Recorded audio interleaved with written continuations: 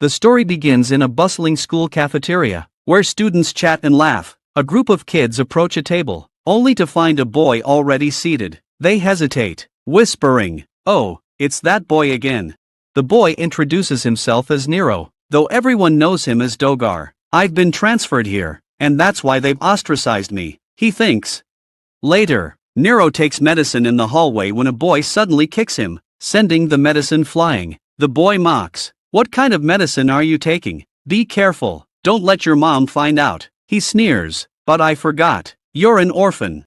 Enraged, Nero glares furiously. The boy's friends, children of police officers, laugh and jeer. "Look at him showing attitude, how dare he, but can he even harm us?" Another bully arrives, suggesting cruel treatment. "Why go easy on this sick child? If you want to treat him well, physically torture him." He begins kicking and slapping Nero.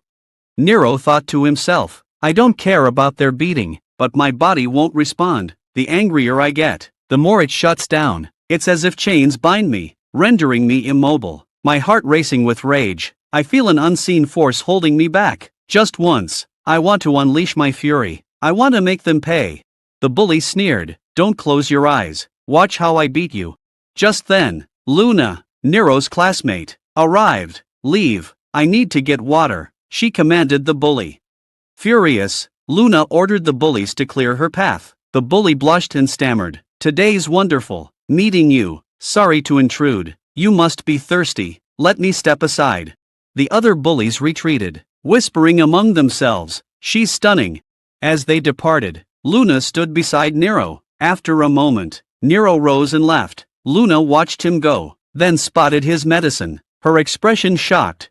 On the terrace, Nero stood, contemplating suicide. "Bullies always torment me, and I'm powerless against them," he thought. "They're strong, and I'm weak."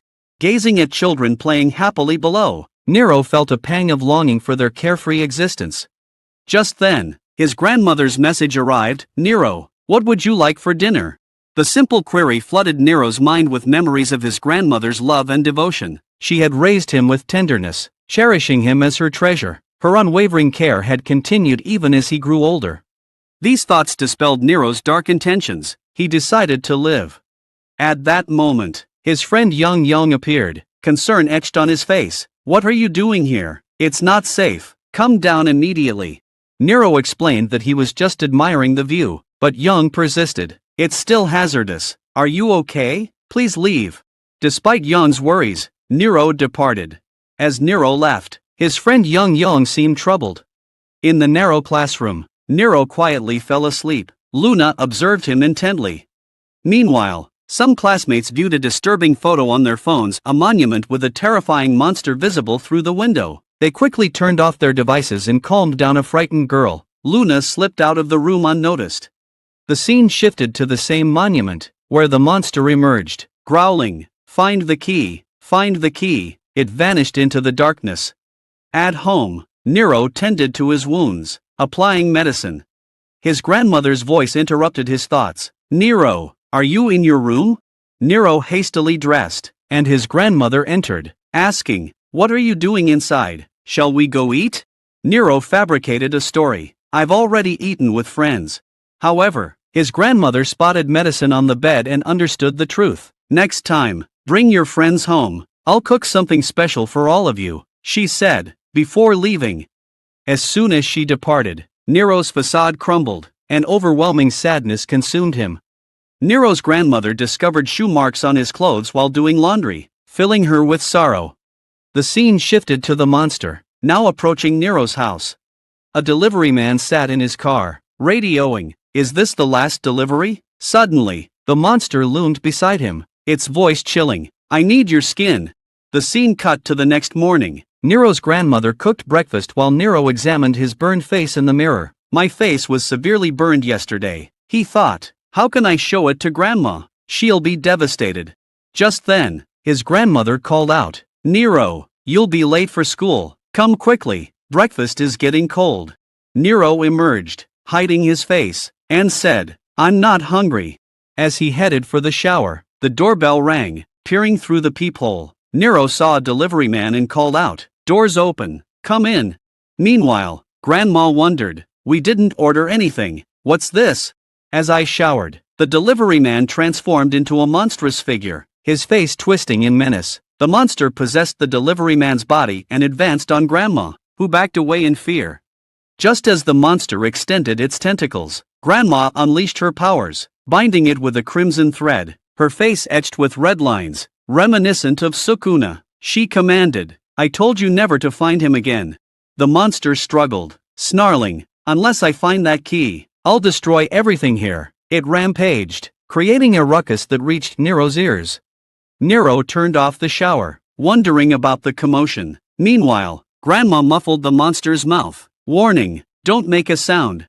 The atmosphere seemed calm again, so Nero resumed showering. Unbeknownst to him, Grandma battered the monster, harnessing her powers to create a protective spider web. Nero heard Grandma's voice and asked, "Grandma, what's that noise?"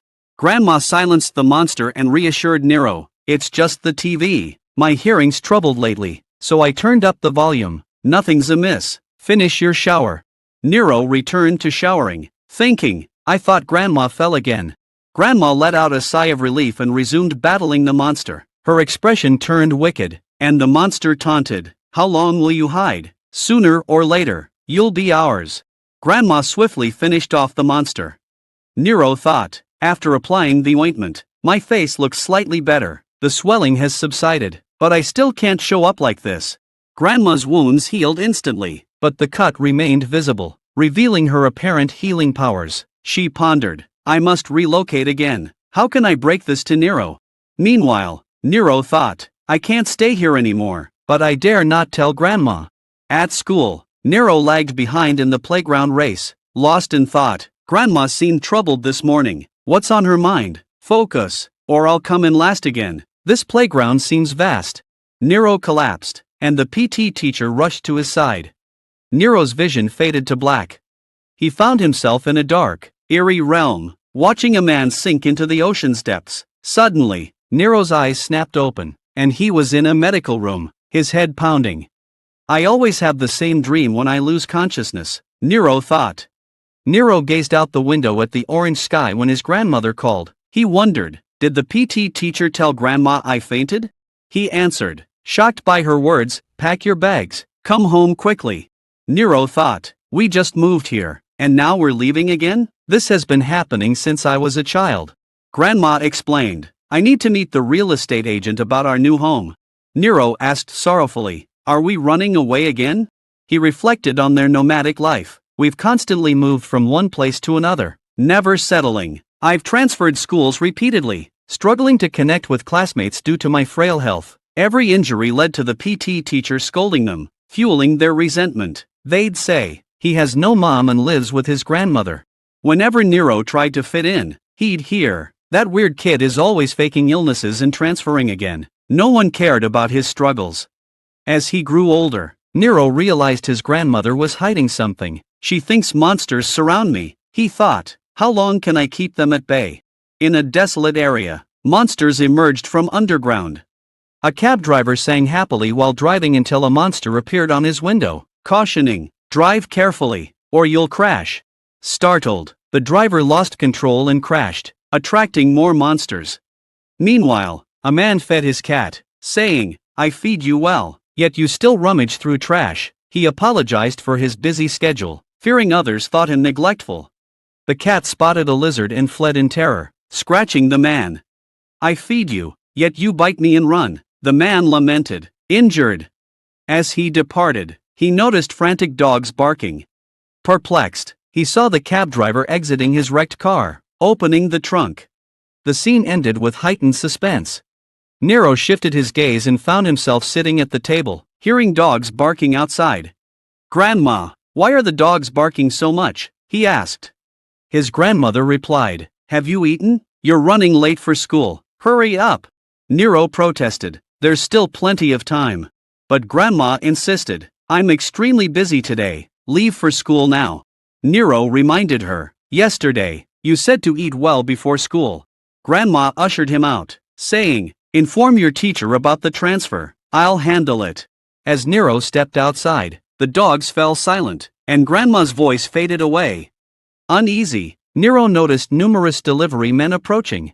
Nero wondered, what are all these delivery men doing in our building? A dark feeling washed over him, and he blanked out momentarily. Unbeknownst to Nero, the delivery men were monsters in disguise.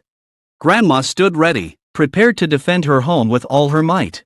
Nero glanced outside, noticing the van held no packages. What are these delivery men doing here? He thought. Have they come for me?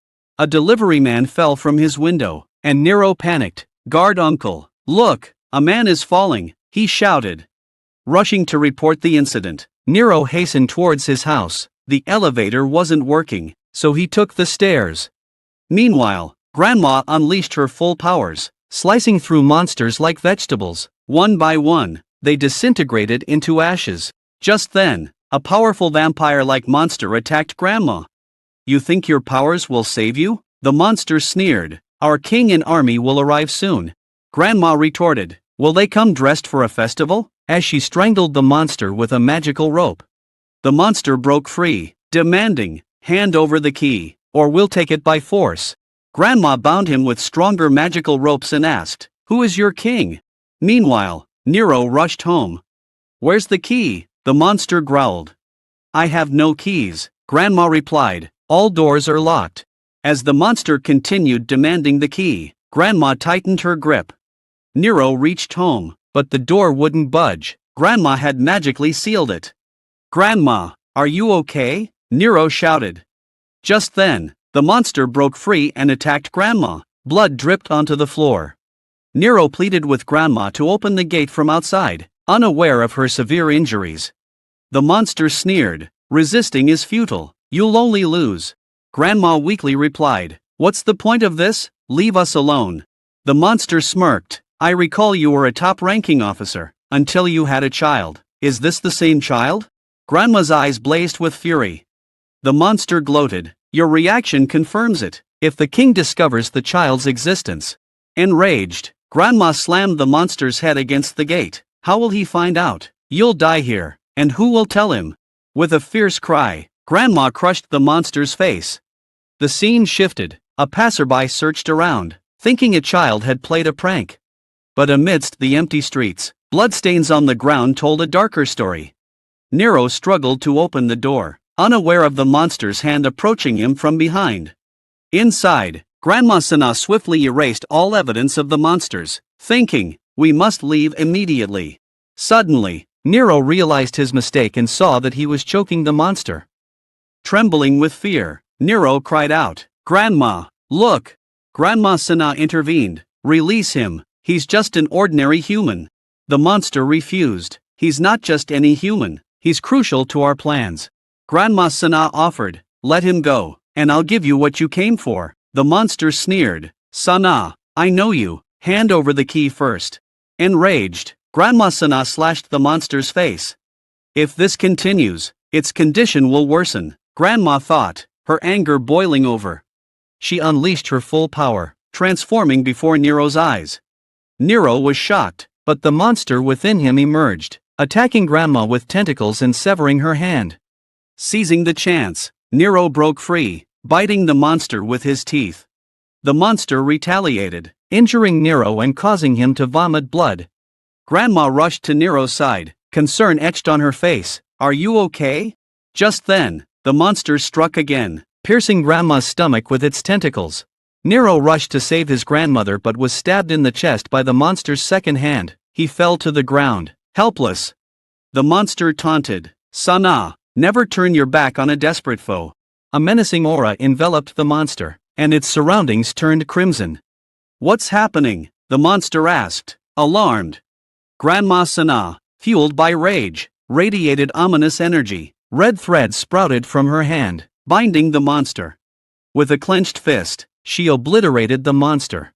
Weakened, Sana collapsed to her knees, Nero's face before her. Narrating Nero's critical state, the scene flashed back to a perilous past. A blood-curdling cry echoed through the mountain, as if a river of blood had swept through. A woman screamed, Sana, take my child, leave now. Sana grasped Nero and leaped off the cliff, plunging into the sea below, seemingly lifeless. Nero, drifting in and out of consciousness, Heard a familiar voice whispering, "Nero, don't die." Whose voice is this? Nero wondered, his mind foggy. The scene shifted to Nero's childhood. A classmate taunted, "Your mother's not here. You're an orphan." Nero's mother appeared, slapping the child. "Did grandma teach you this?" she asked. Nero protested, "He hit me first," but his mother didn't listen. "Stay away from that child," she warned, taking her own child away. Nero sobbed, longing for his grandmother. Back in the present, Grandma Sana cradled Nero in her lap. Red marks began to appear on his face, mirroring hers. Sana wept, overcome with emotion. Resolute, she whispered to herself, "I have no choice. I must return the key to Little Prince and send him to battle." With determination, Sana chanted a mantra, conjuring a fiery phenomenon. Grandma Sana whispered, "I'll use my remaining magic to revive Nero, but his life will be fraught with hardship. This is his destiny. I can't change it." With those words, she infused fire into Nero's body. The chains shattered, and his body levitated. As Sana touched Nero, he began to vanish, overcome with emotion. She said, "Farewell, Nero." The head Tartar's story ends here. Nero's eyes snapped open a month later. In a police station, exhausted officers commiserated about their long day. "One thing that really frustrates me is this kid," one officer said. Another officer approached Nero. "Hey kid, this is your usual spot, isn't it? You come daily. If you keep this up, we can't guarantee your grandmother will return." Nero replied firmly, "My grandmother didn't leave me." The police officer asked sternly, "I've filed a missing person report for your grandmother. What do you want? Why do you keep coming here?" Nero showed him the sketch. "This man did something to my grandmother." The officer's expression turned angry. "Do you think we're fools? We investigated and found no blood, no fingerprints. Lying is a crime, kid." Just then, a colleague intervened. "Hey, ease up. He's just a child, alone and without parents. His days are tough enough." Turning to Nero, the officer said gently, "Nero, go home now. It's getting late." Nero stood there, visibly upset, crumpling the drawing in anger. As he left, he thought, the security guard claimed he saw nothing that day. "I've searched everywhere, but there's no CCTV record. Everything I saw has vanished. It's as if nothing happened." Exhausted, Nero collapsed onto the sofa, replaying that day in his mind. "Delivery guys swarmed our building, and I rushed to save Grandma, but those monsters attacked, and I fainted. What happened next? Was it all a dream or reality?" One truth remained: his grandma was gone, leaving him alone. The scene shifted to Nero's school, where the principal assured, "I'll prevent rumors about you. You'll handle arrangements for a month, but attending school was your grandma's last wish." "Yash sir," responded, his expression thoughtful. Nero stepped out and found his friend Yong waiting. "Are you back?" Yong asked hesitantly. Nero nodded. But Nero suddenly felt uneasy and looked away. "What's wrong?" Yong asked. "Nothing," Nero replied. Nearby, kids whispered among themselves. Nero's grandma collapsed, but he's fine. Has he been training excessively? He's changed so much. Is he still the same Nero? As Nero ran laps around the field, he thought, this track feels small now. I sense every detail, stones hitting my feet, others breathing. It's like being in the principal's office. I feel watched. Nero walked down the corridor, sensing someone following him. Is this the same person who's been tailing me? Could they be connected to Grandma's disappearance? He wondered. Few students knew about his situation, and he hoped no one suspected the truth.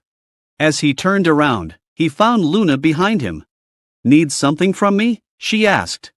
"No, I mistook you for someone else," Nero replied. "Am I being too paranoid?" he thought to himself. Luna noticed his distraction. "Aren't you taking your medication anymore? You used to take it after meals." "I'm feeling better now," Nero assured her. Nero uttered those words, then realized he hadn't taken his medication since that fateful day. It had slipped his mind. Suddenly, Nero heard a faint noise, jumped out the window, and exclaimed, "I forgot something urgent. I'll leave now." Luna's face fell as Nero departed. The police arrived, asking, "Were you waiting for us?" Luna ignored them and walked away. Abel appeared, smiling. "No more medicine. What a relief." Meanwhile, Nero pondered, My body's changing rapidly. I feel it when I exercise, even in the hall. It's transforming daily. As he walked home, he spotted Luna working at the nearby convenience store. She works next door, Nero thought. I should say hello. But feeling slightly embarrassed, he opted to head straight home. On his way home, Nero spotted an elderly lady collecting cardboard and rushed to assist her. In her, he saw a fleeting resemblance to his grandmother. The lady smiled warmly. It's heartening to see kind youngsters like you. Nero, avoiding eye contact, suggested, if you add more boxes, it'll collapse. I need to bring my car around first, she replied. Nero offered, stay here, I'll get it for you. The lady thanked him, apologizing for the trouble. Group of bullies taunted Luna. Do you work here? We've had trouble buying cigarettes lately. We'll visit daily, boosting your sales. Give us 2 packs now. Luna requested their ID, prompting anger. Don't you know who we are? Luna stood firm. I recognize you, but I cannot sell to minors, especially in school uniforms, and certainly not in a local store. Please leave. The bully snarled. Your looks won't save you. We'll come daily to boost your sales. His companion intervened. Let's go. Sack wants that, and you don't want to cross him. The bully laughed. I've repeated the same class twice. I'm not exactly smart. He demanded. Give me 2 packs of cigarettes. Luna asked him to sign a document. What is it? The bully asked. Luna smirked. You really don't know? The bully hesitated, thinking aloud. I'm probably a sheep, zodiac-wise. Luna corrected him. Not even close, just leave. Just then, they spotted the old lady again. Nearby, Nero searched for his cat. 2 bullies approached the lady, offering her money. Buy us cigarettes, they asked. The lady refused, annoyed. You're not exempt from smoking laws. One bully sneered, stepping on her cardboard. Old lady, you talk too much. Your age should know better. He tossed money at her, hitting her on the head. Damaged lungs will be mine. Mind your business. The lady retorted. Today's youth are useless. Nero arrived, witnessing the scene, and his anger flared. He rushed to the lady's side, and she grasped his hand. The bullies mocked. Are you some kind of hero? This emotional display is laughable. Why interfere? Loser, is she your grandmother? Nero's gaze fell on the battered cardboard, fueling his anger. The bully sneered. You can't hurt me like you used to, and grasped Nero's neck, dragging him away. Forgive me, the bully mocked, before releasing Nero. Nero thought, something's changed. I don't feel trapped anymore. Enraged, the bully beat Nero, saying, you're accustomed to daily beatings. But Nero's body surged with adrenaline, his expression transformed.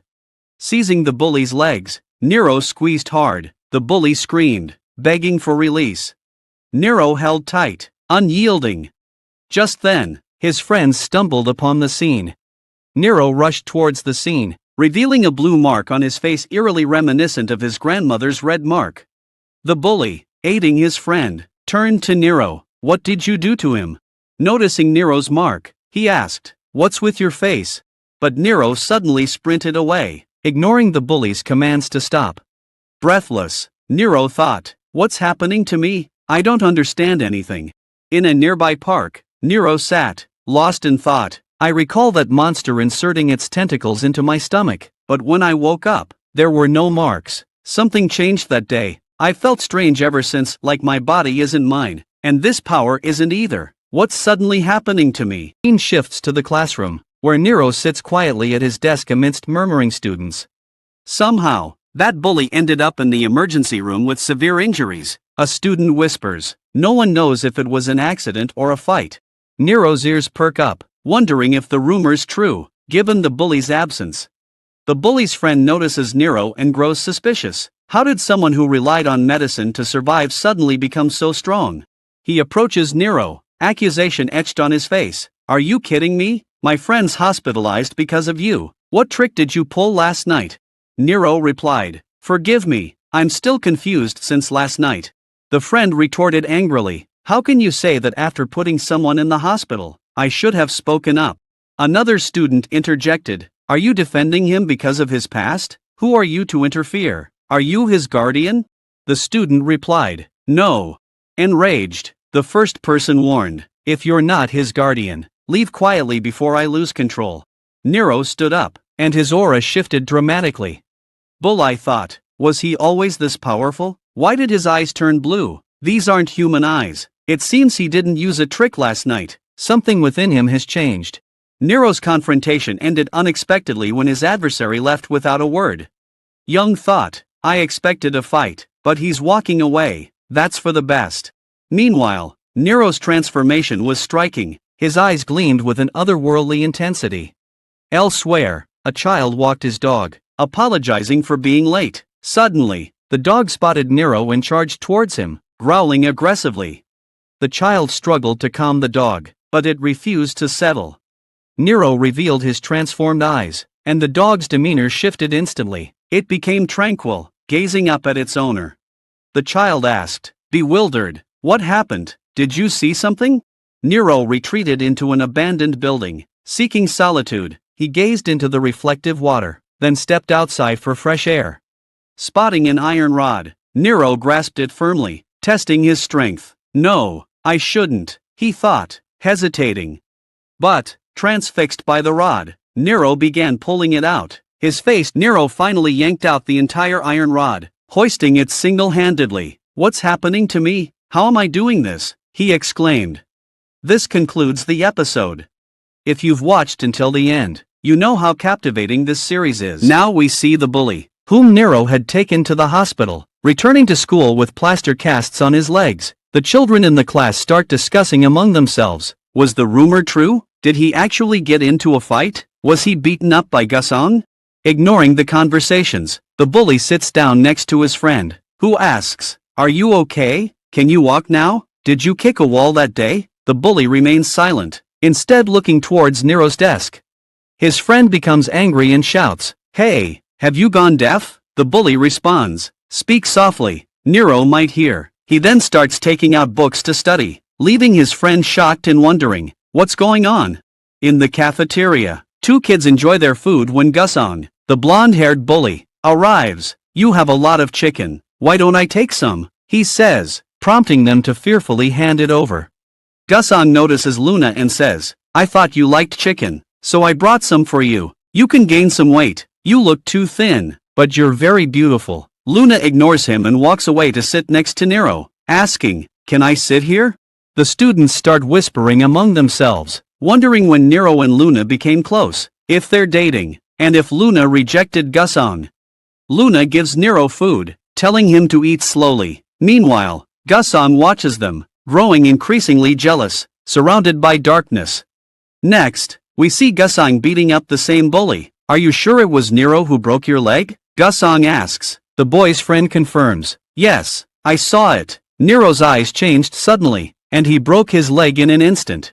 Enraged, Gusong says, you're still in this school? Everyone knows you lost to a loser. The boy defends himself, but it's not like that, if you understood Nero. Before he finishes, Gusong punches the wall and warns, has your brain also broken? Luna arrives, observing the scene, and comments, how childish. Gusong changes tone, speaking sweetly to Luna. What brings you here, Luna? Luna replies, you used to bully Nero when he was weak, but now he's strong. Are you scared of him? Be honest. Have you backed off because you're afraid? Gusong laughs. Luna, your jokes are funny. Nero's just trying to act tough. Luna challenges. Why don't you show him his place? Remind him who rules this school. Gusong says, Luna, don't you know me? Luna moves closer to him and says, you're scared, aren't you? I understand this perfectly. Enraged, Gusong says, I'll show that dog his place. Just watch. Next, Nero receives a mysterious message. Meet at the back gate at 6 p.m. They're going to bully you today. Nero asks, who are you? But receives no response. Then, his friend Young messages him, I heard you're fighting Gusong at 6 p.m. today. Is it true? The news spreads rapidly throughout the school, and everyone is excited to see the fight. Some even skip tuition classes to watch. Some think Nero has gone crazy. Meanwhile, Nero is worried when he receives another message from the unknown person. Nothing will be resolved until you fight him. At 6 p.m., Nero arrives at the gate, where Gusong is stretching. I didn't think you'd show up, Gusong says. Now, I'll show you my skills. Many students gather to watch their fight. Gusang approaches Nero and says, "You know, I was so bored when you weren't coming to school. You're the only one I can bully." Nero thinks to himself, "Until I fight him, this won't end. I need to finish this here and now." The surrounding students comment. The weight difference between them is huge. Is Nero trying to act cool? Shouldn't we stop them? Something terrible could happen here. Gusang says, "I'm fighting you, but I feel it's unfair. I admit it. Come on, Nero, hit me first. I'm right here." You've heard the saying, whoever hits first wins. You must be angry after being bullied your whole life. Hit me first. As soon as Gusang says this, Nero punches him with such force that Gusang's face shakes, and he falls to the ground. Everyone is shocked. Nero continues to beat Gusang, punching him into the air. The students watch in awe, their mouths hanging open. Then, Nero approaches Gusang and says, "Get up quickly, I haven't even started yet." Next, we see the students' reactions. Those who witnessed the fight were terrified. Now, we see Nero, whose hands are covered in blood, relentlessly beating Gusang. Gusang pleads for him to stop. Nero approaches, saying, "I won't spare your life." We see Gusang's nose turning blue from the beating. Meanwhile, Luna watches from the rooftop, saying, "So, it's you." Next, we see someone sneaking into Nero's house. Then, Nero's friend approaches him, returning his forgotten bag and asking, "Are you okay? You seem completely different, as if you've changed entirely." The scene shifts to Nero walking home, wondering, "Have I really changed? I'm no longer the loser dog or the ordinary student I once was. I don't regret it, but I don't feel good either. Everything changed after my grandmother passed away. It seems I've accepted she's no longer in this world." Nero enters the house, turns on the lights, and drinks water. We look up at Nero's head, where a monster is hiding. Nero notices his plants drying out and inspects them closely. The monster seizes the opportunity to attack, but Nero swiftly defends himself by hitting the monster with a flower pot. It seems Nero had anticipated the monster's presence. He thinks to himself. Nero asks the monster, "I sense it, but is it one of those creatures? Who are you?" The monster attacks Nero, who defends himself, breaking the monster's hands. "You're not human," the monster exclaims before jumping out the window and fleeing. Thinking, he's not human, but smells like one, the monster escapes. Nero jumps after him, landing a solid kick that sends the monster crashing into bushes. Upon approaching, Nero sees only blood. The monster was fast, but couldn't hide its scent, Nero thinks. The injured monster thinks, "What's wrong with that kid? My hand is broken. I can't fight now. I need to heal quickly and report this, but how did he find me?" Nero appears, saying, "I've found you." The monster throws a wooden plank at Nero, who effortlessly shatters it. The monster flees, with Nero in pursuit. Nero uses an umbrella to stop the monster, piercing its body. Approaching, Nero asks, "Who are you and why are you here?" The monster replies, "I've come for Sana." Nero recalls his grandmother's name was Sana, and the monster's words stir memories. Nero realizes the monster is talking about his grandmother.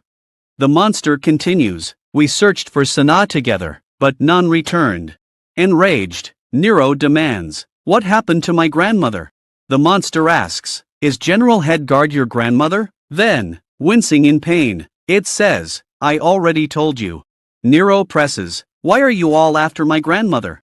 The monster explains, "Your grandmother took a key. The king wants it. We're searching for her. That's why they keep sending us to find Sana." Nero asks, "Where are your fellow monsters?" The monster replies, "On the other side of the diamond portal, but you're also a diamond." Nero mocks, "Do you think I'm a monster like you?" The monster retorts, "Fool, look at yourself. Do you think you're human?"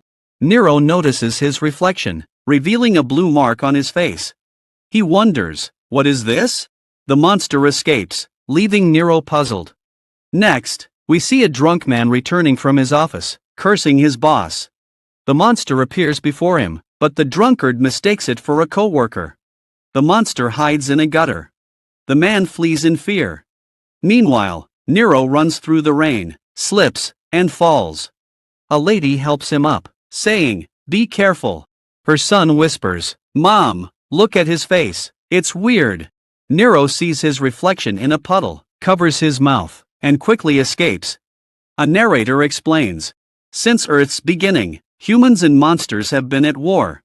The world is divided, and their territories have expanded. Countless victims' blood has been shed. But suddenly, the human passage door closed after the Great War. Humans became legends over time. Is this myth or truth? Uncertain. Yet, no matter how long wars last, cracks eventually appear in the boundaries. Formerly sealed entrances have become holes. A man narrates these events. The scene shifts to Nero, who rushes to the police station and asks, "Is this true?" Officers show him a video recording of his grandmother. Nero confirms, "This is my grandmother." An officer inquires, "Was she ill?" This market is known for medical supplies. Nero looks shocked, then requests the address. The officer explains, 2 months have passed. You won't find anything. Nero disagrees and leaves.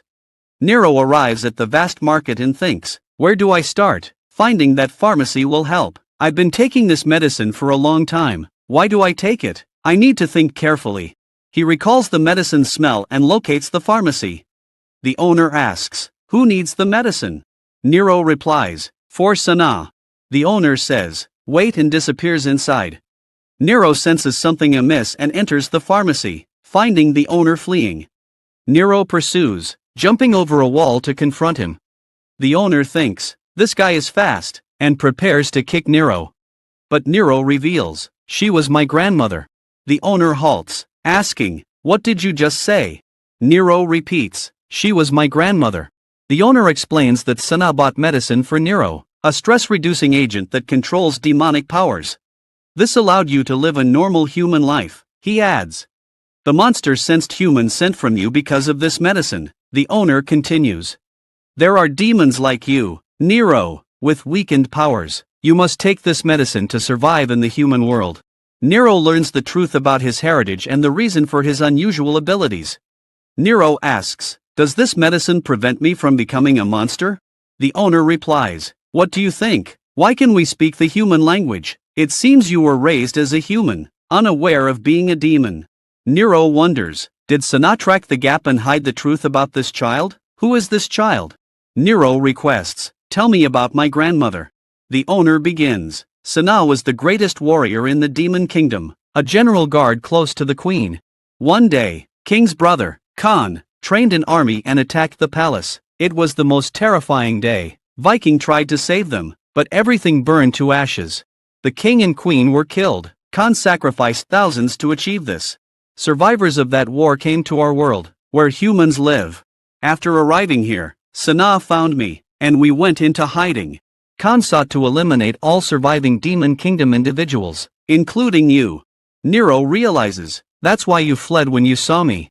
The old man explains, as a demon hunter, I knew Khan's forces sought Sana. She possessed something hidden, frequently changing locations.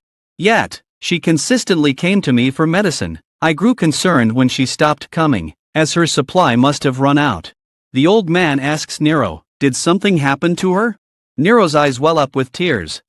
The old man warns, they won't stop coming until they find what they seek. Now that your grandmother is gone, they'll target you. Nero reflects on his isolated past, having no friends or companions. He says, I'm ready, I won't run. I wanted to end my life, but now that same reason keeps me alive. Whether I'm demon or human, I don't care. My assassin is dead. I won't hide like before. A narration begins. The dimensional gap links the human world. We see King Khan, enraged, asking, how many soldiers have I sent there? His aide replies, thousands of monsters, but none returned. I thought they'd capture Sana, but unfortunately, they perished. That's why it's called the entrance of death. Khan declares, I'll reopen the entrance. Do humans think they can face us? I'll destroy their world without a scratch on my body. His aide warns, Your Majesty, reconsider. The human world is vast and unpredictable. Our forces may not. Khan interrupts, silence, I'll demonstrate my power. Prepare the army. Leaving them alive serves no purpose. Sana must have given the key to the former king's son, whom we previously tried to kill. Khan orders, that child is an opportunity for us. Send people to find him, he'll lead us to the key. The portal. once closed, is now open. Remind them of cold fire, the one who never dies. The scene shifts to Nero, packing his grandmother's belongings. He remembers a forgotten photo frame, and upon seeing it, he smiles, thinking, I don't care who she was or where she came from. To me, she'll always be the grandmother who raised me with love. Nero's emotional moment is interrupted by a knock at the door. He senses something ominous, foreshadowing the conflict to come. The scene shifts to school, where Nero hesitates before class, thinking, looks like the fight between me and Sank has spread throughout school. Hope no weird rumors have started. Upon entering, classmates greet him warmly, leaving Nero perplexed. A friend explains, everyone feared Sank, but now, thanks to you, they don't have to face him. Let's grab snacks after class. Luna arrives, saying, Nero, meet me after school. Nero asks, why? His friend intervenes, don't worry, he'll come. Nero asks his friend, why are you answering for me?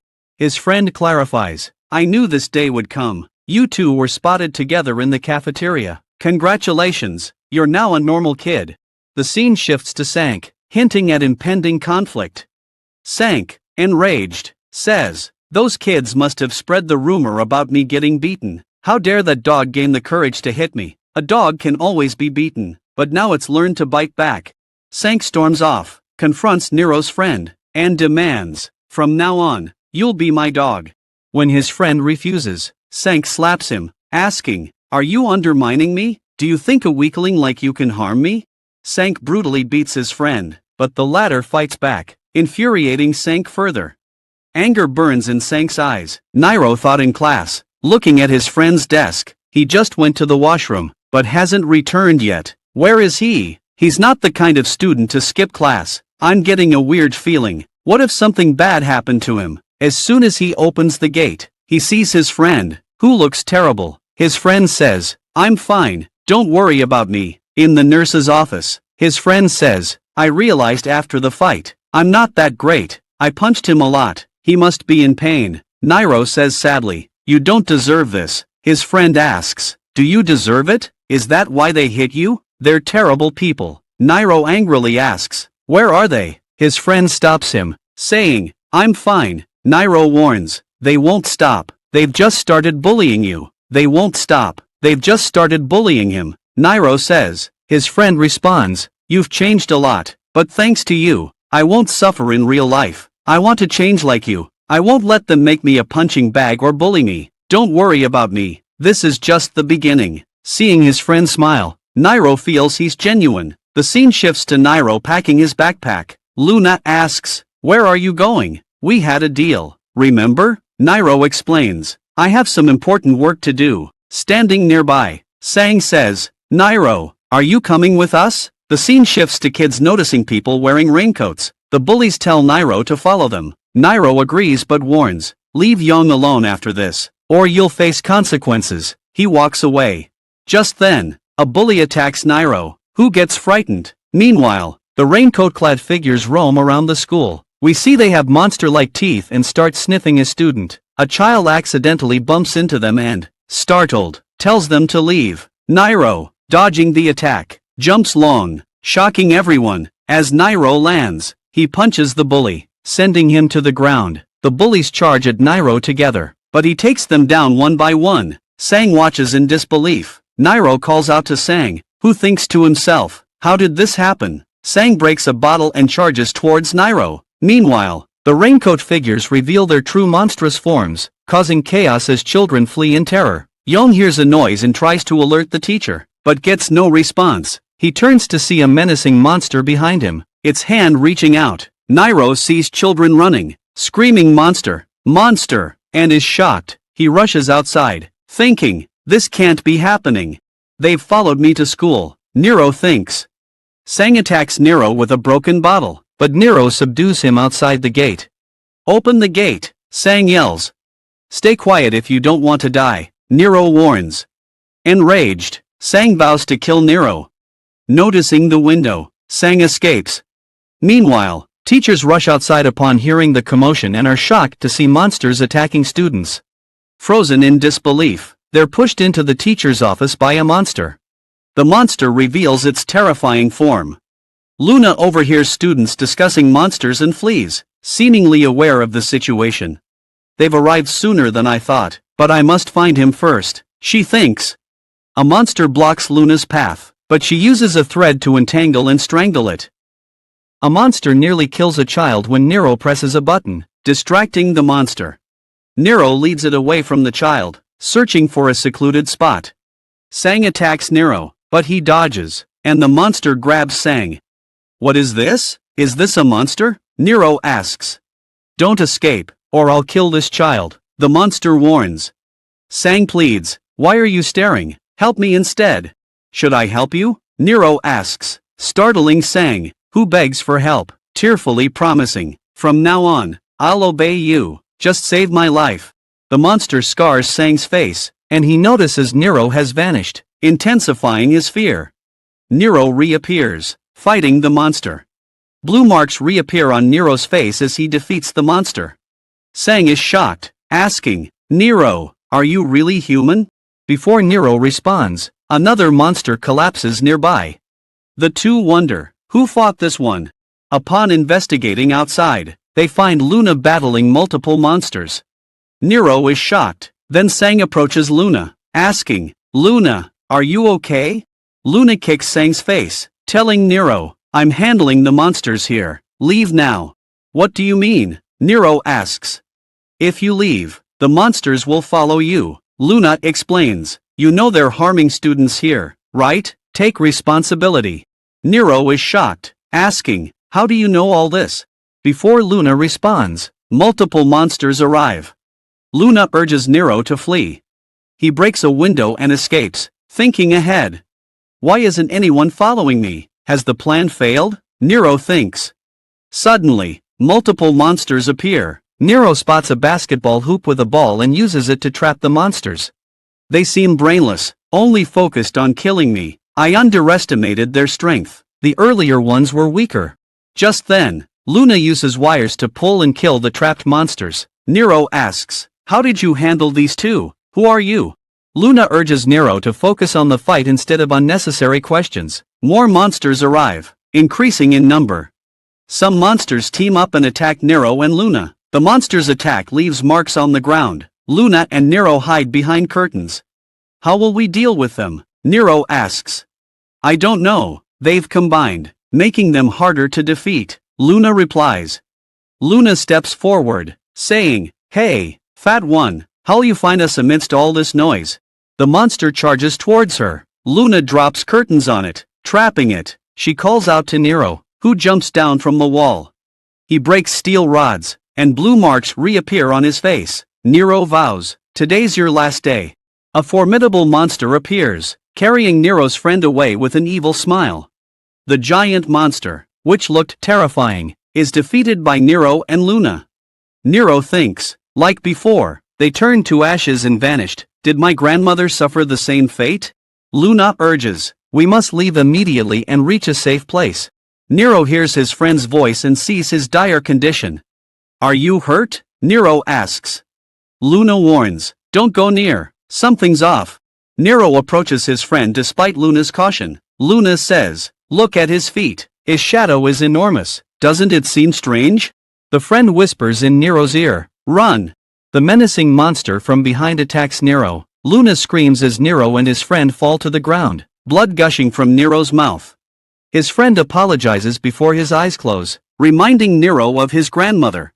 In flashbacks, Nero's grandmother pleaded with the monster, let Nero go, and I'll give you the key. The monster attacked her stomach. In the present, Luna rushes to Nero's side. Nero recalls happier memories, his grandmother lovingly celebrating his birthday.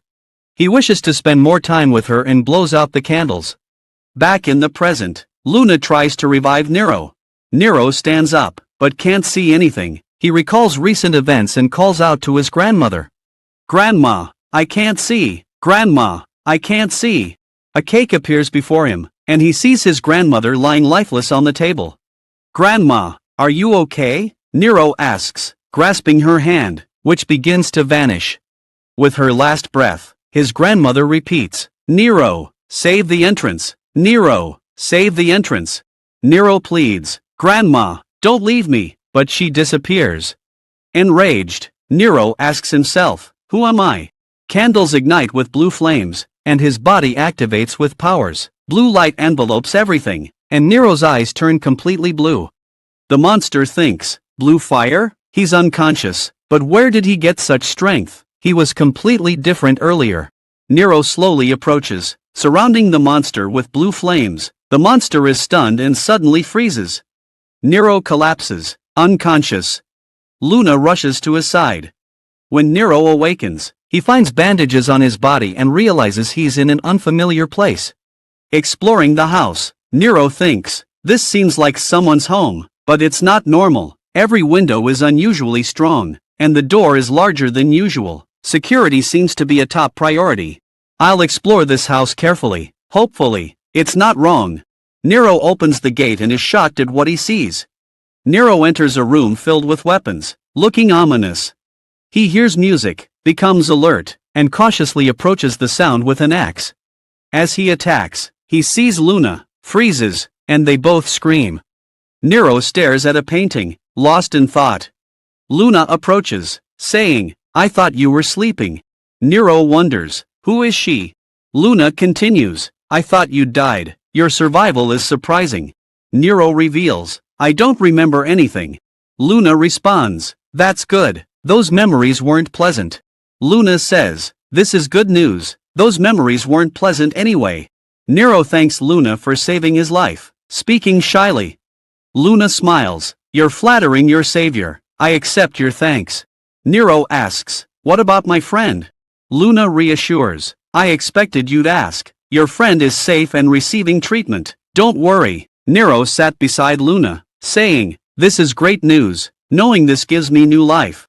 Luna thought, "Is he crying?" and suggested, "Let's eat first. After all, it's not my fault I haven't eaten since yesterday." Nero got up to leave, prompting Luna to ask, "Where are you going?" "I'm going home," Nero replied. "I can't stay with someone I don't know." Luna asserted, "You can't leave." Nero warned, "If I stay, you'll be in danger too." Luna countered, "Your physical condition is poor. If you want to leave, you'll have to knock me out first." Nero attempted to punch Luna, but she dodged, grabbed his hand, and pinned him to the ground. "Did you think you could defeat me in your condition?" Luna asked. Nero responded, "I had only one family, my grandmother, but she's gone now. After she left, I gained this strange strength that I don't understand. Because of me, monsters attacked my school, injuring many students." Luna replied, "I'm your guardian, here to protect you." Nero acknowledged, "My guardian."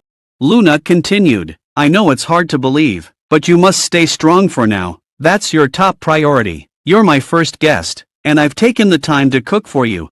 Nero noticed, "Is something burning?" Luna rushed to the kitchen, where her stew had burnt completely.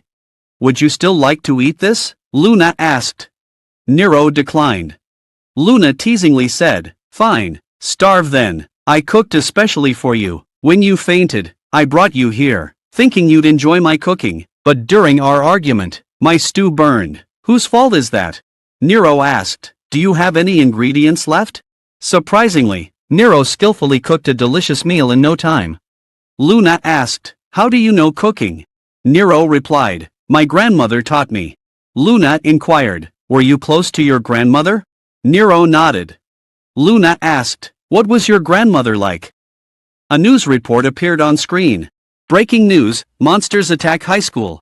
Some believe the incident was staged, while others think it's an alien invasion. Children watching the video gasped as it suddenly disappeared. A secret meeting convened, where a man reported, "We deleted the video immediately, but eyewitnesses have already seen it. We must contain this story." Another man added, "We've identified a child with apparent powers in multiple videos." "Who is this child?" someone asked. "He's a student from the affected school, currently under protection at a secure location," came the reply. The meeting head instructed, "I need to meet this child immediately." Nero shares with Luna, "My grandmother was kind, but when she scolded me, she seemed terrifying. Despite my complaints, she never blamed me for my mistakes." Luna interrupts, "You're safe here." Nero responds, "I'm relieved, but I have important work to do. Luna asks, aren't you curious about their identities? Nero asks, shocked, Luna, did you know about the dream monsters too? Luna says, follow me, and leads him out, where a bodyguard awaits. Luna instructs the bodyguard, I'll take him to where all his questions will be answered, and he'll learn how much strength he needs to fight those monsters. Nero looks stunned. Luna takes Nero to a large building and explains, this is TGDCAM, the Great Defense Command Against Monsters, a hidden organization protecting power users like us and teaching us to fight monsters. As they enter, Nero asks, did you know about my powers? Surprised by the building's grandeur, Nero wonders, is this really a hidden organization? Luna responds, must an organization be hidden? Nero observes, this building seems ordinary. Luna teases, if you walk so slowly, I'll leave you behind. Nero asks, do you call those creatures monsters? Luna responds, yes, we've fought them for years, and monsters is the best name we have. As they approach the elevator, a girl exits, wearing the same uniform as Nero. He thinks, this is my school's uniform. The three enter the elevator, and Luna presses the up button. Nero asks, surprised, aren't we going down? Luna laughs. The girl gazes intensely at Nero, leaving him stunned. The elevator stops at the 15th floor, revealing a lab with chemicals and people training. Luna says, Aaron, it's been a while, why don't you introduce yourselves? They enter a room filled with cameras, and their head observes them. Aaron pulls out a weapon from her guitar case, loading it and aiming at Nero. Luna intervenes, shocked, Aaron, what are you doing? Aaron responds, you know the rule, never lower your guard around weapons. Nero thinks, this is serious. Luna exclaims to their head, sir, what's going on? This wasn't the plan. Aaron retorts, this is your mistake, don't blame me, and fires the weapon at Nero. As the girl fires at Nero, he dodges the attack with incredible speed, leaving everyone in awe. Wow, his speed is incredible, they exclaim. The girl continues firing, but Nero effortlessly dodges each bullet and approaches her. He kicks the gun out of her hand, causing her to fall. Nero takes advantage of the opening and escapes, leaving the girl behind. Suddenly, two blades emerge from the smoke, but Nero dodges them with ease. Aaron had launched the attack using her weapon. Nero thinks to himself, should I engage her? No, if I attack, my powers will surge, and the girl might get hurt. Instead, Nero continues dodging Aaron's relentless attacks. The onlookers wonder, his defense is impressive, but why isn't he counterattacking? Aaron presses on, her blades narrowly missing Nero. Just as she's about to land a hit, the blades fall, and Nero collapses. Perplexed, he thinks, what just happened? It turns out Luna intervened, stopping Aaron's attack. Luna reprimands Aaron, I told you, that's enough, do you think I'm here to watch? Aaron departs, leaving Nero and Luna to report to headquarters. Their boss asks Nero, you didn't attack, are you hiding your strength? Nero remains silent. Luna angrily interrupts, boss, this has gone too far, it wasn't part of the plan. The old man responds calmly, I was just assessing Nero's skills to gauge his power. Nero explains, I only reacted to her attack, I didn't want to hurt Aaron. The old man warns, you're underestimating Aaron, monsters will also target you, as they hunt individuals with powers. Nero acknowledges, I know.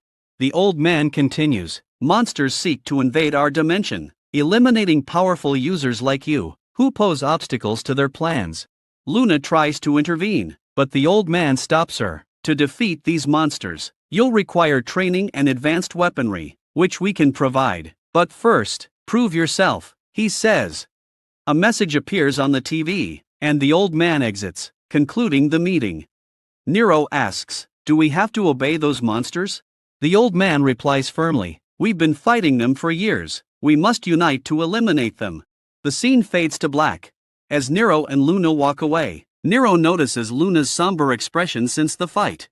Nero spots Aaron standing outside the elevator and learns she's a 19-year-old agent. Luna reveals she's also an agent, brought to the company as a child due to her early power development. Nero compares Aaron to Luna, but Luna warns, don't underestimate Aaron. She may look cute, but she's a devil behind that face. Nero recalls finding empty weapon racks in a room in Luna's anger. Luna reminds Nero of Aaron's attack and Nero's doubts. Doctors rush a mysterious patient, and Nero thinks, "Who is this? I've seen them before." The scene cuts off. In another dimension, General Commander Shin trains intensely, showcasing exceptional sword skills that can cut through mountains with a single strike. The king appears, concerned about monsters invading their realm.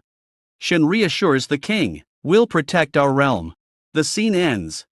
King's General Commander Shin reports to the king, "No monsters have returned." Shin reassures the king, "We have sufficient soldiers, our time will come." The king responds urgently, "We don't have time, the entrance will open someday." The scene shifts to the medicine market, where Grandpa prepares medicine. Nero arrives, sharing that he's relocated his home. Grandpa understands Nero's concern about controlling his powers. Nero seeks guidance on strengthening his powers without revealing his dark self. Grandpa advises Nero to focus on his inner energy and chakras through intense practice. Nero agrees to follow Grandpa's instructions. The scene cuts to a school, where students discuss the gym's reconstruction. A student mentions the devastating accident and the government's secrecy. Students discuss the government's alleged cover-up of a devastating accident. Nero prepares to go out, and Luna asks, "Where are you headed?" Nero reassures Luna, "I'm fine, just need some fresh air." Luna expresses concern about Nero's frequent nighttime outings. The scene shifts to Nero meeting Grandpa at a warehouse. Grandpa reveals a secret training area within the warehouse, impressing Nero. Grandpa activates a wall with his powers and says, "Let's test your strength." They engage in an intense staff fight. Grandpa assesses Nero's skills. Nero defends against Grandpa's attacks, showcasing his significant growth. Nero easily dodges Grandpa's attacks, and the staff stretches and transforms into a spear. Grandpa continues attacking, telling Nero to stop dodging and counterattack. Nero refuses, dodging effortlessly. Grandpa thinks, "He won't attack until I anger him." Grandpa intensifies his attacks, cornering Nero. He provokes Nero, mentioning Sanai's sacrifice. Nero's inner power awakens, and he grabs Grandpa's staff. Nero declares, "I must become strong to avenge my grandmother's death." Grandpa recognizes Nero's cold breath and markings. He wonders if Nero is the child Sanai brought. The scene cuts off. Narration resumes, describing the human world and monster realm. There's a gap between the demon world and human world. Humans discovered this gap and entered the demon world, but their mortal bodies couldn't withstand its forces. Many died, and their plan failed. Then, Demon King Khan arrived, saved a surviving lady, and fell in love with her. They had a child, a new creature, half human, half demon. The scene shifts to the present, where Grandpa is shocked. He realizes Nero is King Khan's son and Sanai's child. Grandpa controls Nero's explosive power. Nero's body releases blue rays as Grandpa focuses his energy. Nero screams in agony. Grandpa says, "I've controlled your powers for now, but it's up to you to seal or harness them." Grandpa advises, "Control your body's power. It's immense." Nero must overcome and harness his power. In the training cave, Grandpa explains that overcoming power requires special training. Enduring pain, a challenging entity will appear, attacking Nero, but it's not real. Nero must fight it. As Grandpa opens the bottle, smoke emerges, making Nero struggle to breathe. Nero focuses on his power, sensing an attacker.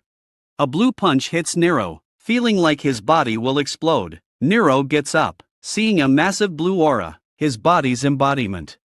Thinking, "How do I fight this? I need to increase my speed." Nero charges forward, but the aura quickly follows. Nero thinks, "Is there another one? This one's too fast, I couldn't even see it." Nero gets knocked out, then wakes up determined. "I'm not the same helpless Nero, I'll fight, no matter the power." Nero's body powers up, and he fights the blue aura. Grandpa worries, his power's too much, he'll harm himself. The door activates. Grandpa realizes, "I must stop him." Nero loses, but the blue aura revives him. Nero wakes, and Grandpa says, "You're awake, your power went out of control." Nero vows, "I won't give up, I'll control this power." Grandpa admits, "It's my fault." The scene shifts to another dimension, where the king has a visitor. A man reports to the king, "Our demon area in the north is shrinking, and food is scarce." They ask when the portal will open, and they can enter the human world. The king, annoyed, calls for Shan. The man warns, "I don't believe Shan's words." The king thinks, "I must stop our world's darkest star, otherwise, my position is at risk." The man finds Shan, who ignores him initially. Shan says, "I know everything, my ears are everywhere, you don't trust me." The man fears, and Shan reveals his dark past, warning, "Don't mess with me, or you'll face my sword." Shan leaves, and the scene shifts to Nero and Luna washing dishes. Luna asks Nero, "Where do you go every night?" Nero replies, "Just for fresh air." Luna, annoyed, says, "Don't hide things from me." Nero asks, "What relationship?" Luna looks shocked. The scene cuts to Nero and Grandpa practicing in the cave. Nero fights the blue aura again, impressing Grandpa. Grandpa thinks, he's the king's son, who ruled the world. Nero discovers his powers: speed, strength, fire, ice, and dying flame. Nero enters full power mode, ready to fight. Nero realizes he must gain full control. He thinks ahead, recognizing this as the strongest momentum. "I need to defeat him first." Nero quickly punches Momentum, but it has no effect. Momentum touches Nero's face and says, "I've found you," before knocking him away. Nero thinks, there must be a way to defeat him. "I need to find it quickly. If I let my guard down for a second, I'm done." Just then, the statue attacks Nero, making him realize they're all working together to kill him. This attack seems like a test, but something feels off. Grandpa watches from above, thinking, Momentum has completely changed and is dominating the fight. Momentum attacks Nero, who uses the earth to defend himself and counterattacks. Momentum blocks Nero's attack, but Nero lands a decisive blow, breaking Momentum's crown. His powers begin to return. Finally, Nero's powers are fully restored. "Now I understand Grandpa's words." Nero punches the ground, declaring, "This is my true power." The embodied men shatter, and their power merges with Nero. Grandpa is shocked. The scene shifts to the next day at headquarters, where training begins. Their objective is to reach the 10th floor. Their goals are: 1. Find the shortest route. 2. Avoid murder and property damage. 3. Complete within an hour. Luna focuses on beating Aaron. As the race starts, Luna makes a long jump, quickly reaching the top of the building. "I'll win," Luna tells Aaron. Aaron jumps ahead of Luna. As the girl struggles to advance, another girl pulls out a gun. An announcement interrupts, stating that agents cannot use weapons during training. The girl, upset, sits on the ground and cries. Meanwhile, Luna urges Aaron to move forward, suggesting they use the building for support. Aaron responds, "How embarrassing that you need support." Their game is being monitored by a leader, GUK, who comments, "These girls are talented and motivated to eliminate each other." GUK inquires about a child brought in earlier. Dr. Soul, a researcher, leads him to see something. Training alone won't suffice, GUK says. We need a larger budget for advanced weapons. Monster threats require high-power solutions, but we must prioritize close-quarters training to avoid harming civilians. GUK notices Nero's friend and asks if it's the child from the school gym. Dr. Soul explains that the child, initially declared dead, showed life activity during cleanup and was brought here for treatment. The leader is shocked, asking if the child is now fully alive and if they've regained consciousness. Dr. Soul replies that waking him might work. GUK suggests careful care, hoping the child might bring good news in the future. Nero's friend's fingers move, indicating signs of life. The scene shifts to Nero sneaking out at night for training. Grandpa observes, thinking, "Last night, I saw exceptional powers in this child, and they've controlled them. Should I test him?" Grandpa throws spinners like Nero, which chase him. Nero dodges the attacks. Grandpa thinks, his eyes have changed. He anticipates movements and dodges them. His strength has increased. Nero's combat attitude has changed. He's no longer dodging attacks hastily. Instead, he's targeting each enemy strike precisely. Grandpa sends more spinners, similar to Nero's. Nero picks one up, spins it rapidly, and launches it at the others. His spinner knocks down each spinner one by one. After defeating all spinners, Nero thinks the battle is over, but he soon senses something approaching and feels frightened. To his surprise, it's Grandpa, who has activated his true powers and is ready to fight Nero. Grandpa says, "Now, try to knock me out." We discover that Grandpa is Masan, a demon from the demon world who escaped to the human world. He helps demons adapt to human life. Grandpa instructs Nero to attack him. Nero thinks, strong monsters can grow in size, but what kind of power does Grandpa possess? I must uncover his powers. With determination, Nero unleashes his full strength against Grandpa. Nero flies backward, crashing to the ground with a mix of frustration and determination etched on his face. He quickly recovers, attacking Grandpa with renewed ferocity. Grandpa, unfazed, retaliates with a massive slap, sending Nero crashing down again. "Now you understand I'm invincible with my powers activated," Grandpa declares, his voice dripping with confidence. Nero, seething with anger and pain, clutches Grandpa's hands, but Grandpa breaks free, choking Nero with an air of superiority. With a surge of adrenaline, Nero summons his full power, pushing Grandpa back. Grandpa's eyes narrow, his shirt tearing as he vows, "This time, I won't spare you." The two engage in a fierce battle, exchanging blows. Grandpa is impressed, thinking, "He's dodging all my attacks and countering in no time. This child is a force to be reckoned with." As they land distant from each other, Grandpa realizes his strength has increased significantly. He's much stronger now. A hint of surprise and respect creeps into his voice. With a final, mighty punch, Nero knocks Grandpa down, revealing his true form. The ground bears the imprint of Nero's fist, a testament to his growing power.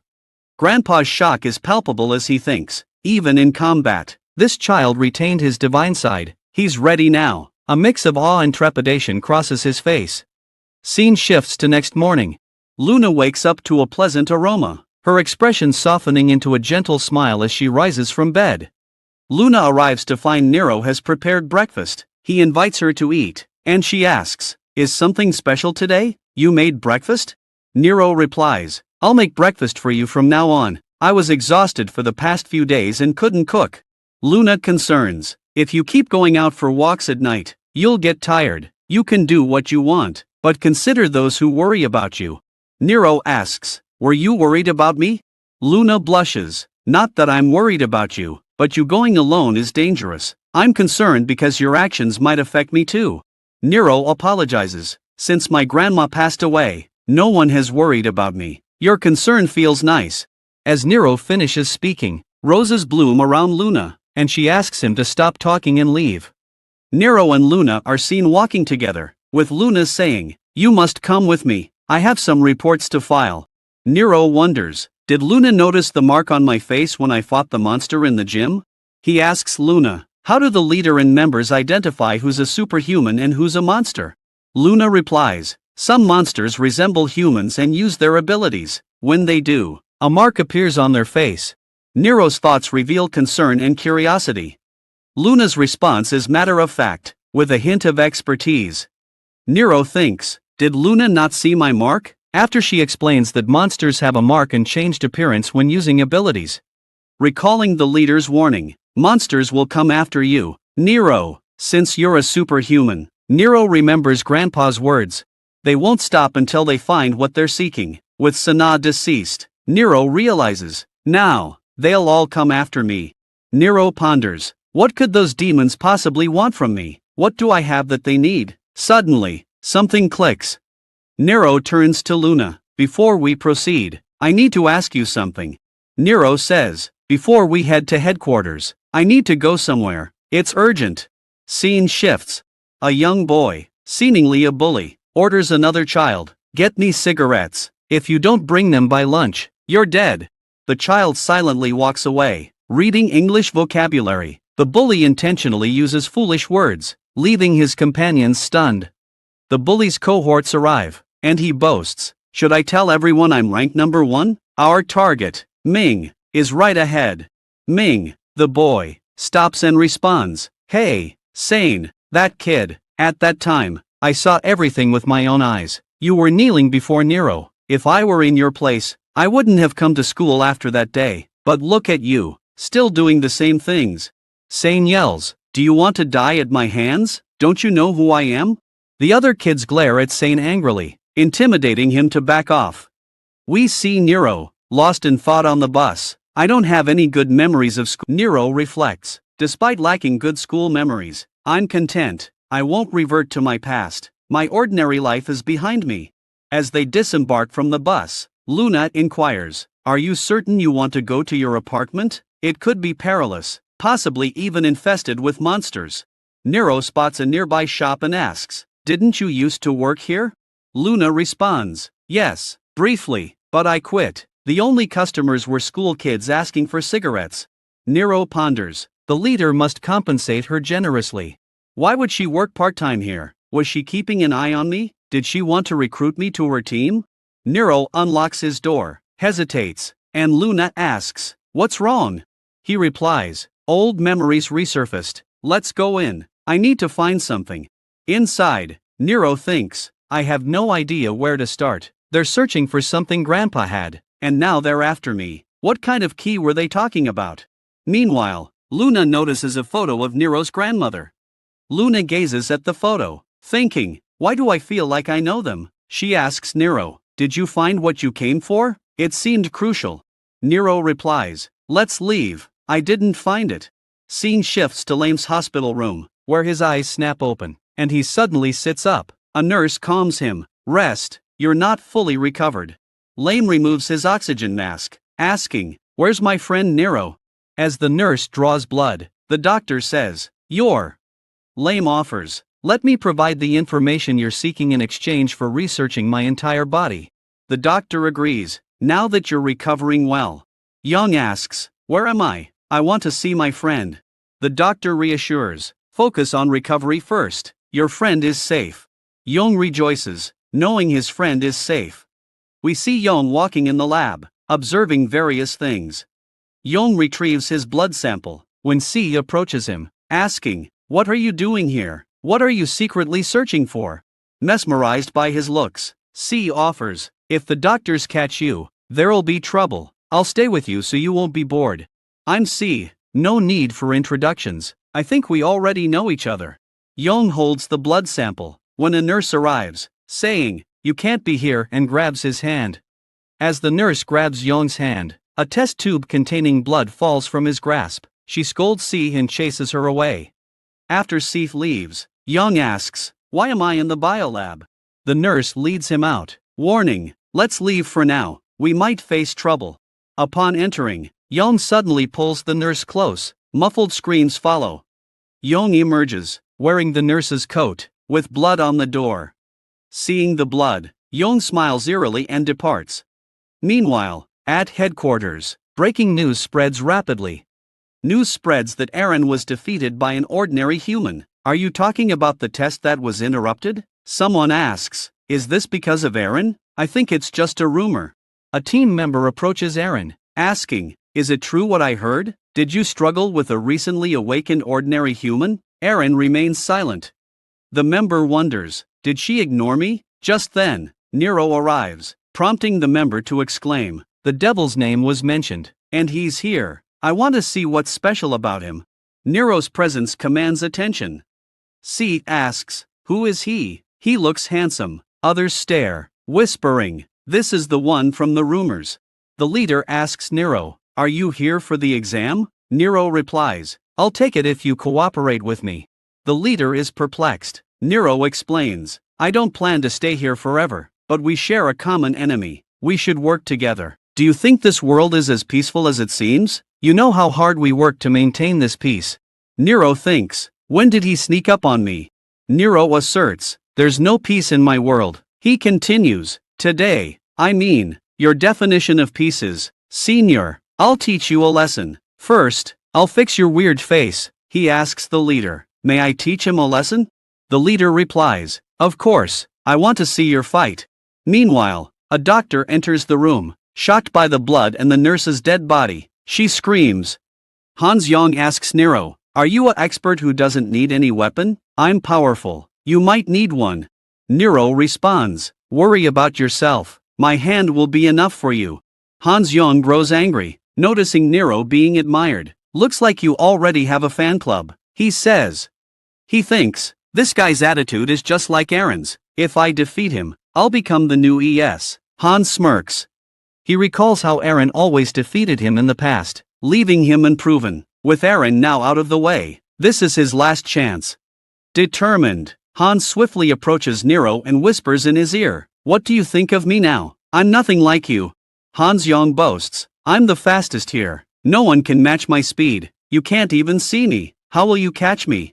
He rapidly circles, attempting to strike Nero, but Nero effortlessly dodges and counters with a punch, sending Hans crashing to the ground. Leader and Doctor are stunned. Doctor asks, "Did he attack with his eyes closed?" Leader explains, "Human eyes have limits. No matter how strong you are, your visual capacity can't keep up with Han's speed." Nero stands calmly, eyes still closed, leaving everyone bewildered. It seems he was born with this special sense, replacing his vision entirely, the leader observes. Nero is relieved that the blue markings didn't appear on his face this time and that he controlled his powers successfully. Aaron thinks, "He's changed so much since our last encounter." The scene shifts to Young, who witnessed the fight. A staff member approaches him. "Are you new to the medical team? I've never seen you before. What's with the blood on your coat and the life name tag?" Young's expression transforms dramatically. The scene shifts to Sean, who gazes at a small dragon. Its wings suddenly spread, and a strange creature emerges from within, leaving Sean stunned and horrified. He says, "Controlling someone's body and mind is an incredibly terrifying ability. This is the real horror. Everyone must be waiting for darkness to spread across the world." We see Young, who had eliminated the staff, surrounded by an eerie aura, as if his body was possessed. See Hansong, whose condition worsened with just one punch, helping Nero win the match. Luna approaches him, saying, "Why worry about Hansong? Our M1 team will heal him." Aaron laughs, prompting Luna to ask, "Why are you laughing so much?" Aaron replies, "Nero is concerned about his opponent, but who worries about enemies during war?" Luna responds, "This wasn't war, but a fight between two teammates." This was quite a fight, but you won't understand any of this since you're an emotional person. The leader approaches Nero, saying, "Your match was impressive. I'm sure you have some psychic power within you. With training, you'll become unstoppable." Just then, an emergency alarm sounds, and an announcement is made: an intruder has breached the season. Everyone is shocked, and Nero thinks, is it possible that someone has infiltrated? But that's impossible, given the robust security outside. This must be a monster's doing. Have they followed me here? The leader instructs the combat team to take their positions and orders non-team members to safely evacuate to the secure area. As everyone moves to their positions, Nero offers to fight alongside the leader. However, the leader declines, directing Nero to the safe area instead. Nero insists, "My strength will be useful," but the leader explains, patiently reasoning with him. Then, the enemy approaches. Luna says, "Nero can't go to the safe area since his name isn't registered. I'll accompany him." Siha arrives, saying, "I'll go with Nero." The leader instructs Luna to take her position and orders Siha to escort Nero to the safe area. Siha smiles, reassuring Nero, "Don't worry, I'll take you to the safe area." Meanwhile, others focus on their tasks. An agent discovers a staff member's corpse and reports it. Siha reveals to Nero, "Long ago, monsters easily infiltrated this place. Monsters haven't attacked here in years, but our M1 team will protect us." Nero worries, "Why is this happening? Coincidence? Unlikely. What's behind this?" Young arrives, embracing Nero warmly. "What brings you here?" Young asks, relieved. Nero responds, "I'm just glad you're safe." Siha inquires, "How did you arrive?" Nero asks, "Do you know him?" Siha shares, "We met at the clinic, trapped together." Young teases, "Now I've got two handsome friends." Young becomes serious, "No time for small talk. You heard the announcement. We must leave immediately." Siha reassures, "Don't worry, I've got this. Siha will guide you to safety." The leader witnesses a chilling scene on CCTV, a medical team member attacking staff. As they zoom in, they're shocked to see Young, his eyes cold and detached. They quickly track his location. Meanwhile, Siha leads Nero and Young to a secure area, her expression calm and determined. After fetching water, she leaves them alone. Young asks, his voice trembling, "Are we truly safe here?" Nero wonders, Luna said Young was being treated in a secure area. Why is he here? Nero inquires, concern etched on his face. Were you badly hurt? Are you okay now? Young's eyes cloud over, his voice emotional. Everyone thought I died, but the A1 medical team saved me. His words convey the weight of his ordeal. Nero assures, you're fine, I'll protect you now. Young's friend retorts, will you protect me? Are you worthy? You forgot your actions led to my condition. Nero looks stunned. Siha returns with water. Young thanks her. The scene shifts to the leader, who discovers Young's location. Nero and Siha are also in the safe area. The leader notes, the CCTV footage shows the trio conversing. A team member suggests, I'll send agents immediately. The doctor warns, it's futile since Siha activated safety mode. Outsiders can't enter now. The man protests, will you abandon them? There are patients and civilians inside. The leader responds, weighing the dire situation. The leader instructs, let's focus on observation for now. Siha turns to Nero and says, this is fascinating. She glances at Young, adding, he looks unwell. Siha wonders, why are they both suddenly so calm? Did something happen between them while I was getting water? Did they fight over me? She thinks, which one should I choose? Young matches my ideal type, and his outfit suggests he's intelligent, but why the new clothes? And why the blood stain on his coat? Siha inquires about the blood, and Young responds, a lamp broke, causing the stain. You saw it, didn't you? That's why we got into trouble.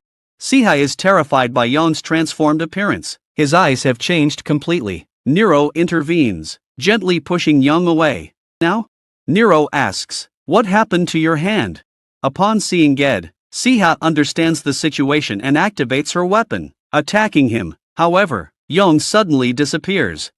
The scene shifts to the doctor, who inquires, could this be telepathy? It appears that the monsters controlling the students are the same ones from the school. Another agent is shocked, asking, are you suggesting that monsters are now controlling humans like parasites? The leader responds, we have healed the monster capable of parasitic behavior. The doctor adds, Young was a unique case. Researching him seemed prudent. He could have been valuable in the future.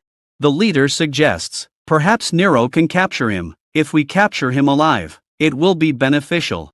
The scene returns to Siha, where Young reappears. Siha observes, you seem to possess an extraordinary ability. Nero steps forward, saying, stay back. This person isn't the Young who was my friend. He seems like a monster hiding his identity. Sei responds, I want to fight too. I've been excited for this battle.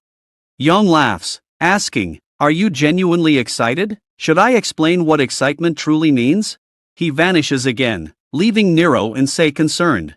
Suddenly, Young attacks Sei from behind, prompting Nero to intervene. Young unleashes his powers, attacking him and sending him crashing to the ground. Meanwhile, Nero is questioned. What did you do to Young? Nero's friend intervenes. Nero, can you hear me? I'm confused, my body seems to be moving on its own. Nero is shocked. Young pleads desperately. Nero, please save me, I don't want to die. The monster within Young taunts, can you find me? Sei retaliates, I've found you, and launches an attack. As Young counters Sei's attack, the blow inadvertently strikes Nero, sending him crashing into the wall. The leader observes the fight, noting, it appears they require assistance. The doctor inquires, should we intervene? The doctor cautions, you're going alone, and I've already warned you, the door is locked from the inside. The leader confidently asserts, there's no door in M1 that I can't open. Upon reaching the gate, the leader attempts to unlock it using the master key, but it refuses to budge. A team member suggests, is the door broken? Should we call the facility team? The leader reassures, the door isn't broken, there's an internal barrier, that's why it won't open. Meanwhile, Sei and Nero try to confront Young together. Young taunts Sei, your attack is too reckless, Nero will die because of you. Sei apologizes to Nero, I'm sorry, my attack went astray. Nero warns Sei, don't fall for his tricks, he's manipulating us to fight each other. He hides in his shadow, waiting for us to. He launches a shadow attack. I think he's the same monster I fought at school. It seems Young died then, and this monster took control of his body. That's why I won't let him go. He orders Sei to quickly move to the wall. Nero jumps, smashing all the lights. The nurse alerts the doctor. Doctor, our lights are flickering.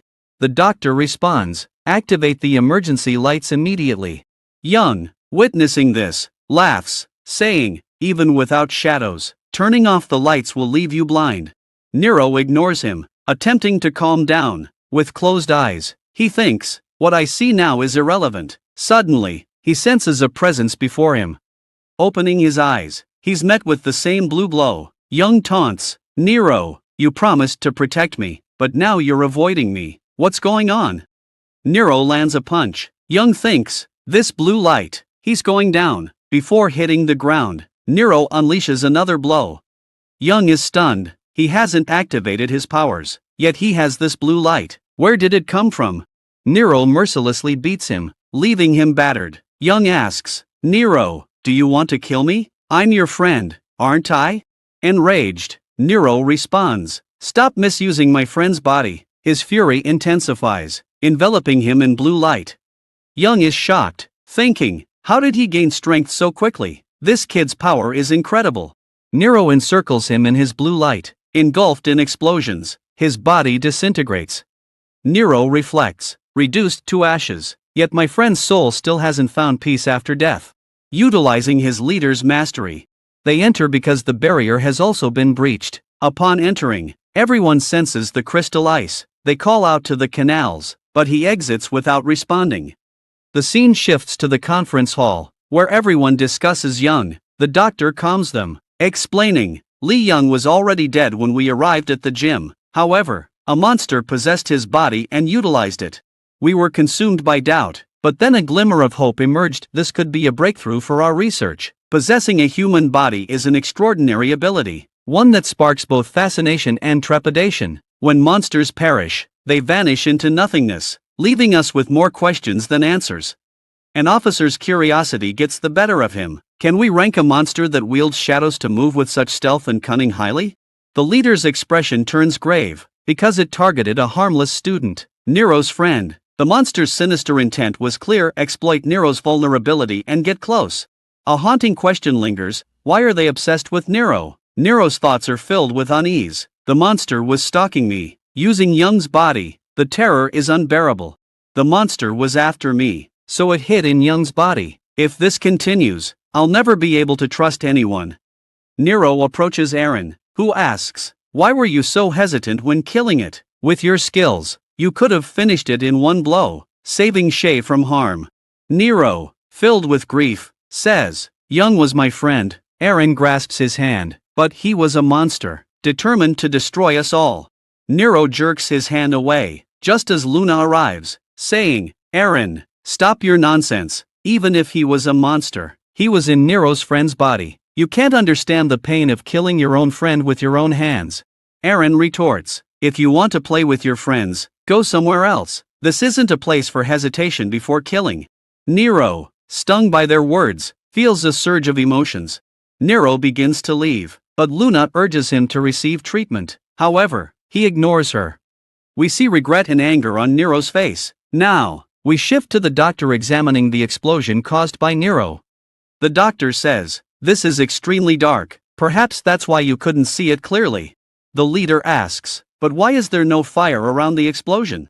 The doctor responds, have you seen a microwave? There's no flame, yet it heats the contents. As pressure builds, the molecules move rapidly, causing an explosion. Everything explodes, and now I understand Rio possesses the cold fire ability, making him a superhuman. But is this a good thing? The scene shifts to Nero, sitting with Grandpa, recounting how monsters exploited Young's body after death. Grandpa thinks, this seems like a parasitic monster's work, but could it be Shadow's doing?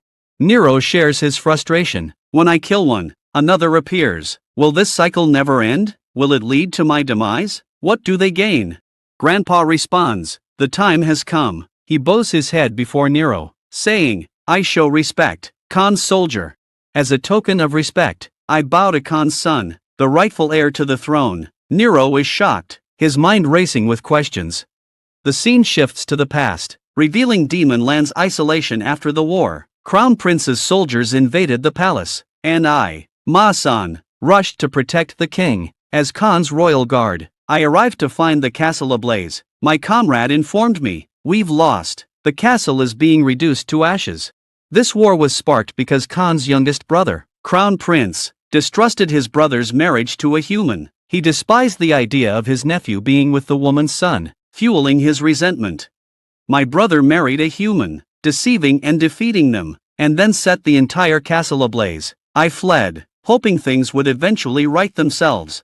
Meanwhile, the Crown Prince imprisoned many soldiers and ultimately killed the king.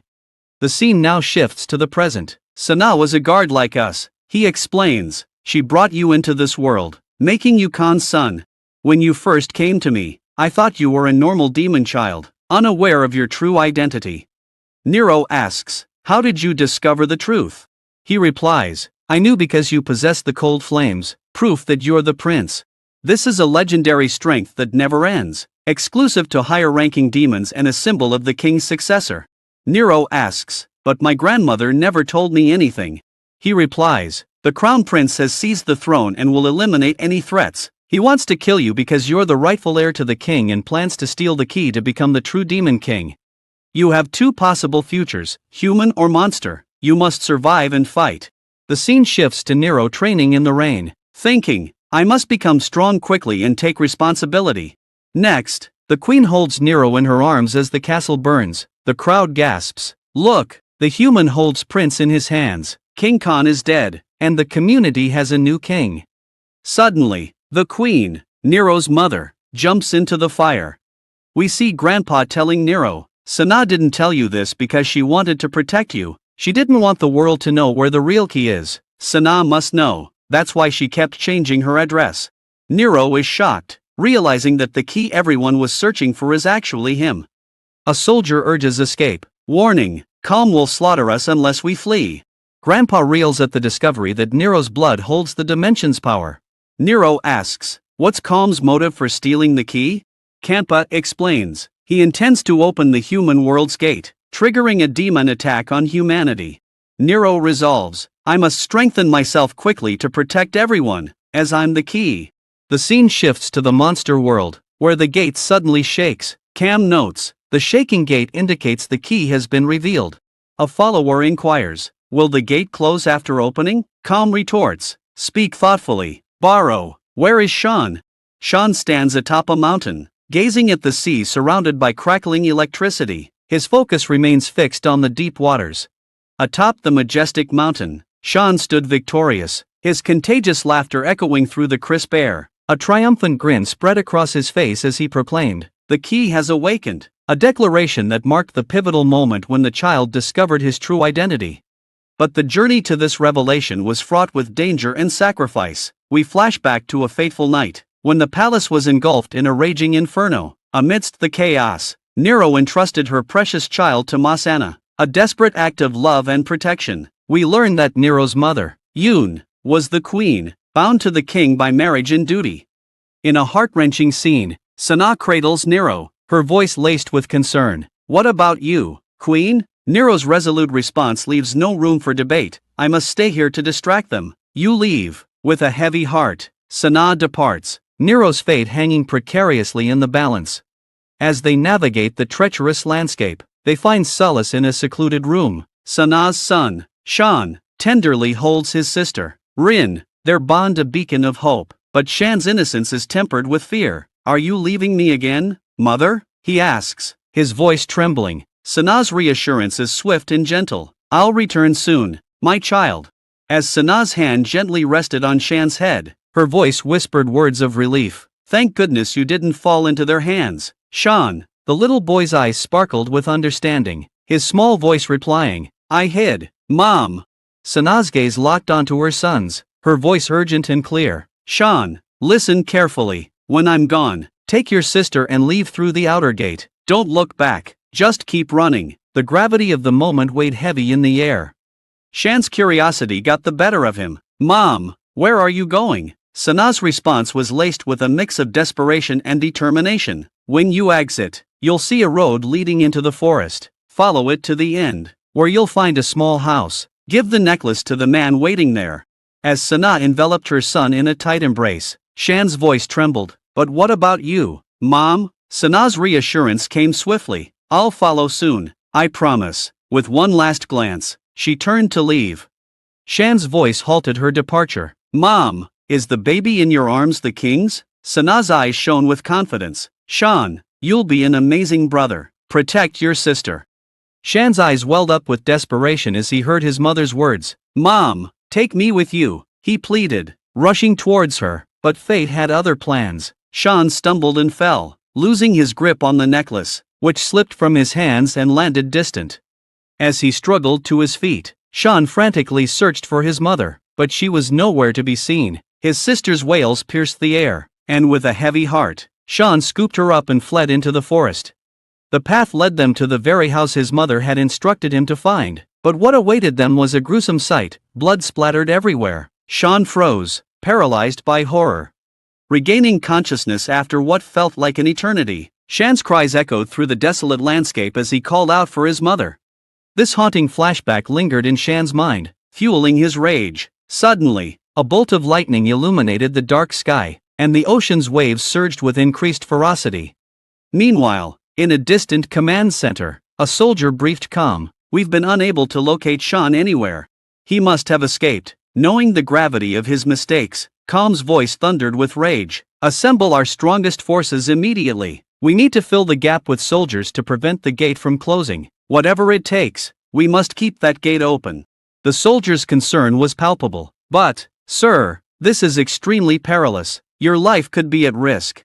Com's anger turned ferocious. "I've given you an order. Soldier, carry it out without question." The soldier's thoughts betrayed his unease. Not a single day passes without King Com's fury unleashing chaos. This endless war is all because of Shan, his trusted right-hand man. I've despised him since his arrival. As the soldier's thoughts lingered, the scene shifted to a nearby location, where another soldier stood watch. As Shan arrived with his sister, he declared, "I want to join the army too." The surrounding soldiers burst into laughter, mocking his ambition. Undeterred, Shan shouted defiantly, "One day, I'll become stronger and defeat all of you." The soldiers' amusement turned to cruelty. They kicked him mercilessly and pressed a sword against his throat. Just then, the head soldier intervened, demanding, "What's happening here?" Shan stood tall, his voice unwavering, "I want to fight alongside the king." The head soldier's gaze narrowed. "You want to fight for Com?" Shan's determination intensified. "Yes, I'll annihilate anyone who dares oppose Com." The head soldier's expression turned skeptical. "How will you prove your loyalty?" Shan's silence spoke volumes. With an air of intimidation, the head soldier growled, "To become one of Com's soldiers, you may have to sacrifice your life to prove your loyalty. You must give up your most precious possession." The soldier's gaze indirectly shifted to Rin, Shan's sister. The head soldier asked, "Will you prove your loyalty to me?" Shan glanced at his terrified sister. The head soldier departed, leaving Shan to ponder. Later that night, amidst heavy rain, Shan stood before the soldier, determination etched on his face. "I'm ready to become one of Com's soldiers," he declared. Shan's eyes, once burning with anger and pain, now radiated resolve and conviction. The soldier thought to himself, "What will this young boy become?" As Shan plummeted into the rift, the dimensional divide between the human world and demon world seemed to close in around him. His heart racing, he realized he had to escape, but an unseen force grasped his leg.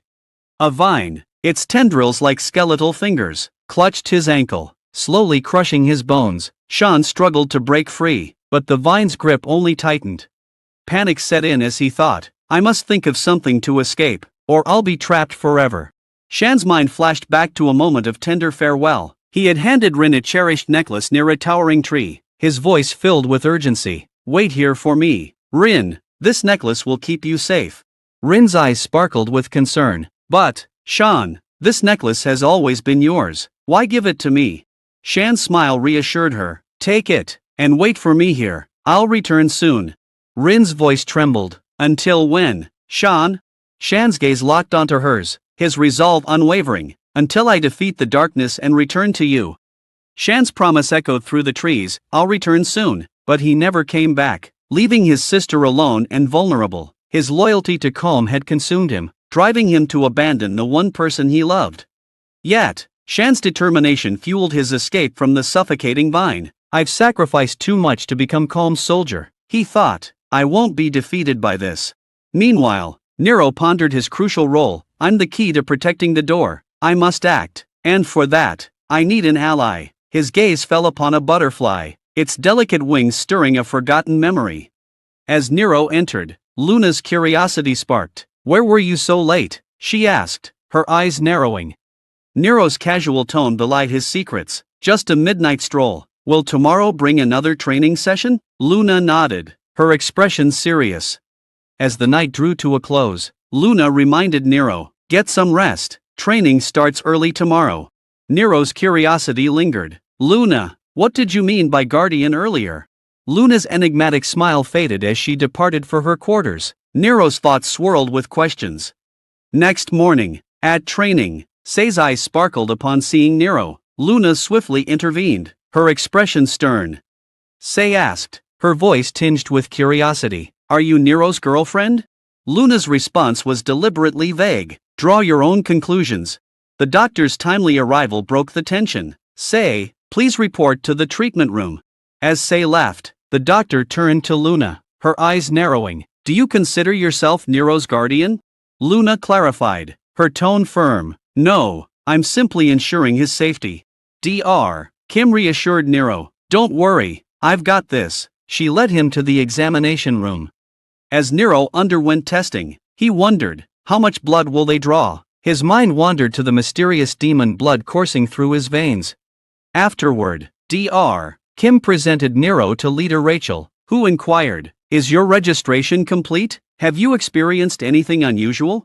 Nero's thoughts remained hidden. Do they know my secret? Dr. Kim reported, Nero exhibits exceptional strength and health, rivaling a normal human. However, his physical abilities surpass those of ordinary children. We must focus on developing these skills. Seeking guidance, Nero visited his wise grandfather. Grandpa, teach me defense techniques to defeat Mosh effortlessly. Grandpa smiled knowingly. You plan to defeat Mosh? I expected as much. Your determination is admirable. Nero, Masan declared. I am Masan, formerly King Khan's royal guard. I will reunite all of King Khan's soldiers who have entered this realm. He paused, his eyes locked on Nero. When you're ready, we'll stand by you on the battlefield and guide you in King Khan's footsteps. I vow to ensure King Khan's son succeeds him as king. Meanwhile, Sean emerged from the river, entering the human world. Nero, wait for me, he called out. In the demon world, soldiers arrived at a deserted village. A soldier reported. The villagers fled, believing death inevitable. Why stay? The leader inquired. Where did they go? The soldier replied. It appears they escaped into the jungle. Look at their footprints, he exclaimed. The rumors must be true. The butterfly group, secretly plotting against the royal family, has acquired mysterious powers. The head soldier barked orders. Capture those who fled immediately. We can't let them regroup. Meanwhile, in the human world, a group stood by the riverbank when a majestic blue butterfly emerged from the water. The onlookers gasped in shock. Before anyone could react, someone swiftly caught and killed the butterfly. Sean then turned to his companion and said, Thank goodness you arrived safely. The journey is perilous, he warned, but I'll follow you, no matter what. As they ventured further, Sean inquired about the mysterious butterfly trailing them. It seems to be surveilling us. Should we eliminate it? Someone asked. Sean cautioned, it might hold clues to the key. Track it for now. Meanwhile, Luna's distress grew as an unknown stalker pursued her. She navigated through crowded streets, desperate to shake off her pursuer. Nero, observing from a passing bus, pondered her situation. Nero wondered, where is she headed? Her home is elsewhere, isn't it? As he turned back, the monster's pungent smell filled the air. He swiftly disembarked from the bus. Meanwhile, Luna attacked the suspicious figure standing nearby. The figure transformed into a snake, revealing its true form. You're a monster, Luna exclaimed. Why were you following me? The monster sneered. You should know. Luna's memories stirred, but before she could react, the monster attacked. Seizing her, the monster growled. I've heard following the blue butterfly group leads to the key. Tell me, where is it? Suddenly, a vibrant red aura enveloped Luna. Markings identical to Nero's appeared on her face. Her 9 tails form emerged. The fox transformed into a majestic creature, ready to defend itself. The monster sneered. You refuse to speak. so I'll take drastic measures. With a swift motion, the monster attacked Luna. However, she dodged each assault with agility. Utilizing the crimson thread, Luna sealed the monster's mouth shut, rendering it speechless. The monster thought to itself, she wields the crimson thread? Impossible, she's just a low-level monster. If I spare her life, she'll become a formidable threat. I must eliminate her immediately. Luna prepared to unleash her thread-based attack, but the monster swiftly melted them, rendering her defenseless. The monster's jaws widened, ready to devour her. Luna instinctively grabbed its mouth, but the monster's venomous saliva seeped onto her skin, causing excruciating burns. Just as all hope seemed lost, Nero's voice echoed through the air. He had tracked Luna to this location. "I'll explain later," Luna said, her voice laced with urgency. Nero charged forward, delivering a powerful kick that sent the monster stumbling backward. The monster's eyes narrowed, its mind racing with a single thought, "Who dares to challenge me?" Luna shouted, "Stop him," but Masha vanished into the darkness, leaving her collapsing onto the ground, unconscious. The venom from the monster's attack spread rapidly through her hand. Nero rushed to her side, cradling her in his arms as he hastened back to his home. After administering first aid, he asked anxiously, "Are you all right? Should I take you to the hospital?"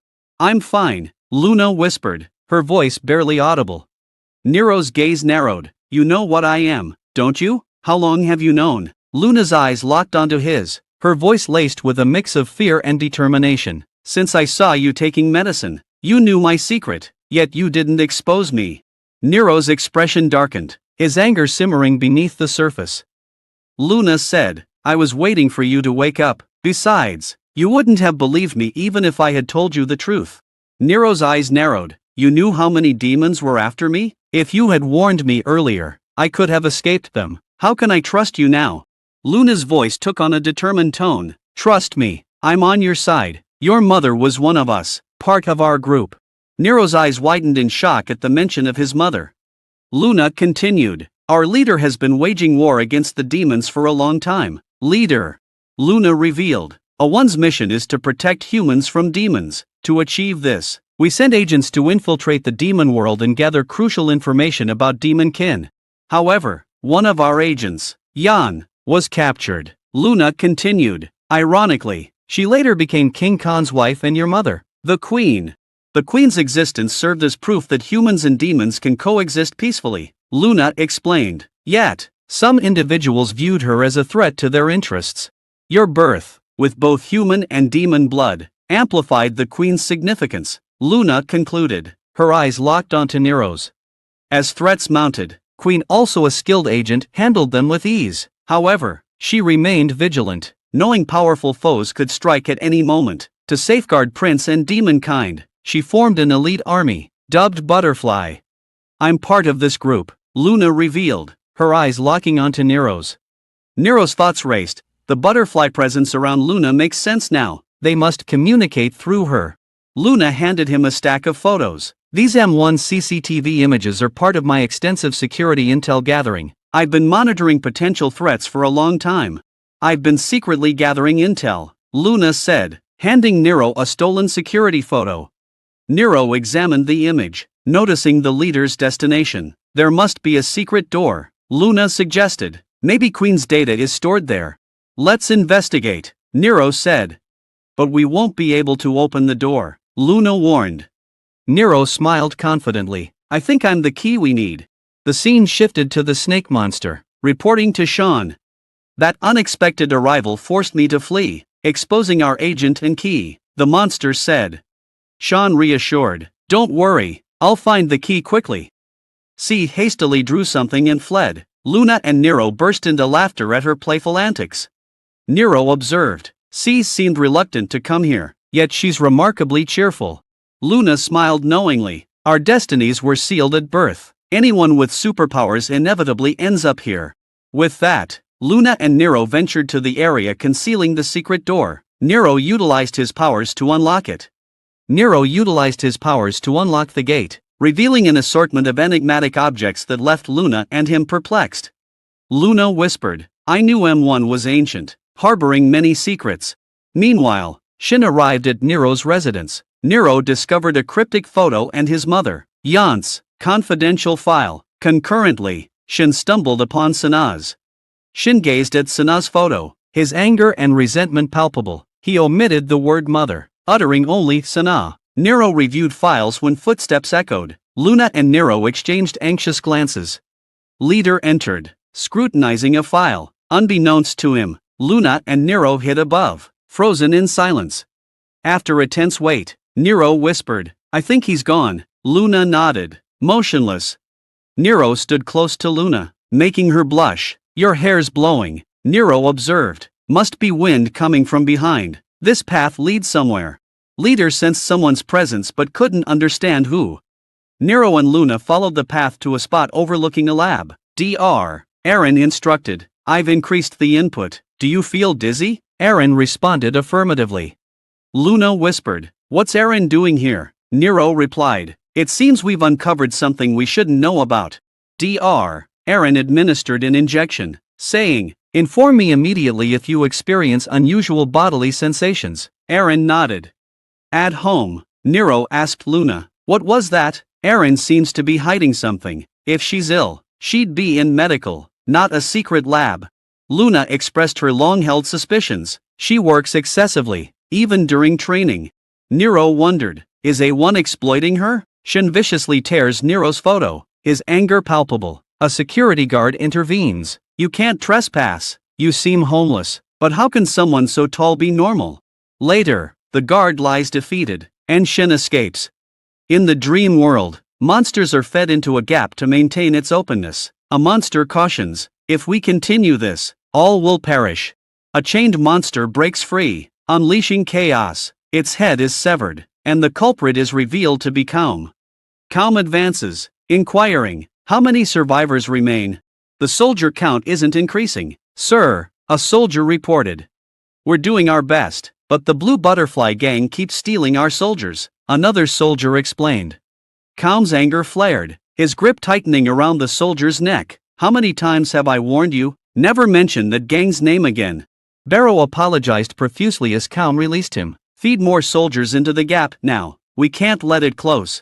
Barrow nodded, thinking desperately, "If the gap closes, he'll kill me. Time is running out."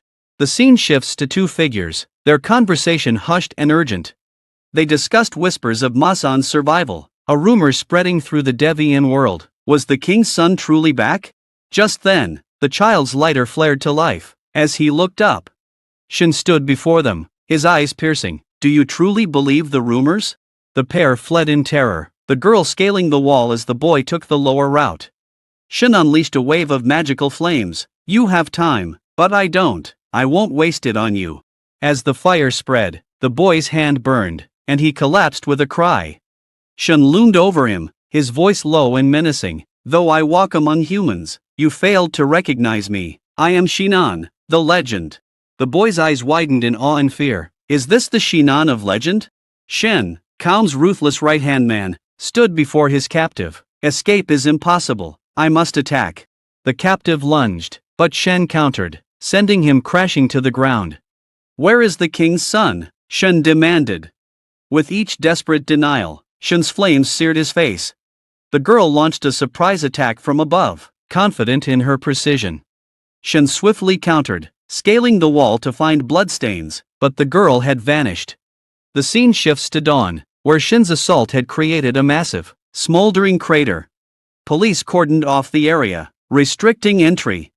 A faint voice echoed from the crater. As the officer approached, a colossal monster emerged. "Restricted area breached," he urgently radioed.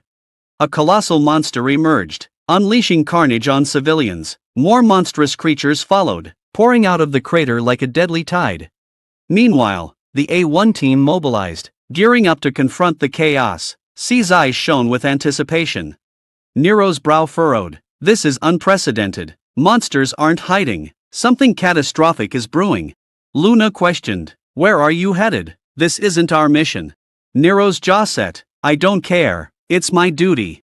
The monsters feasted on human terror, reveling in chaos. The M1 team arrived, and Aaron's gaze pierced the mayhem. With an eerie calm, Aaron leaped from the aircraft, followed by her teammates. The battle raged, Team members clashing with monsters in a desperate fight for survival. Arian ordered the backup team to deploy. As the squad struggled to hold their ground against the relentless machines, the enemy's formidable arsenal and overpowering strength made them nearly unbeatable. Arian fought valiantly, her thoughts racing. Their attacks are overwhelming. If this continues, our barrier will shatter. I must maintain distance, or risk exhaustion. As she stumbled, a monstrous creature closed in. Nero burst into the fray, striking the beast with precision. Arian's eyes widened in shock. "Are you okay?" Nero asked, concern etched on his face. Earlier, the team had landed to confront the monstrous horde. Hazang dispatched a smaller foe with ease, quipping, "You were hardly a challenge." Just then, a behemoth monster assaulted him. Undaunted, Hazang stood firm. "Fighting these machines this is tedious," Seed said. "Having defeated the monsters with ease, I've already taken down 2, securing my top spot." Just then, another monster emerged, which Seed swiftly dispatched with a single finger. "My apologies, I meant to finish them all simultaneously." The scene cuts to the mission briefing, revealing the agents' code numbers: C2, Hansung 1, and Aaron 1. The information officer reported, "Agents 2 and 3 are performing admirably, but we've lost contact with number 1. Locate their position immediately." Aaron was queried, "Can you handle the 5 monsters approaching you?" "Effortlessly," Aaron replied, activating her powers and soaring into the air. With a single, decisive attack, she annihilated the monsters. "Mission accomplished," the officer announced. "Relief teams are en route. Fall back and regroup." Aaron gazed into the crater, lost in thought. These monsters, what's their true purpose? Aaron's unease grew. Are they attacking without a strategy? There must be a larger scheme at play. C called out from behind, "Hurry, Hansung won't wait." Hansung added, "We're running out of time." Aaron steeled herself. "Whatever the plan, our objective remains, eliminate Mozhan." As she joined C and Hansung, a colossal monster burst from the crater, stunning them. "I've never seen anything like this," C and Hansung exclaimed in unison. The monster charged at Aaron. The scene shifted to a vibrant market, teeming with life. Grandpa's phone blared an earthquake alert, ordering an immediate city evacuation. Amidst the chaos, he fretted, "Why do disasters always strike at the worst times?" Rushing into his room, Grandpa wondered if someone had been there. His gaze fell upon the injured girl, Shen's earlier victim. "Who did this to you?" Grandpa asked, concern etched on his face. "Shen has arrived," she whispered, "seeking King's son." Grandpa's eyes widened in shock. Has Shen truly come? Is he acting alone now? Unbelievable. With her final breath, the girl asked, "Is that boy truly King's son?" Grandpa nodded solemnly. "Yes, King's eldest. He's our future king," Grandpa said, his voice filled with emotion. The girl's face relaxed, a serene smile on her lips, as she took her final breath.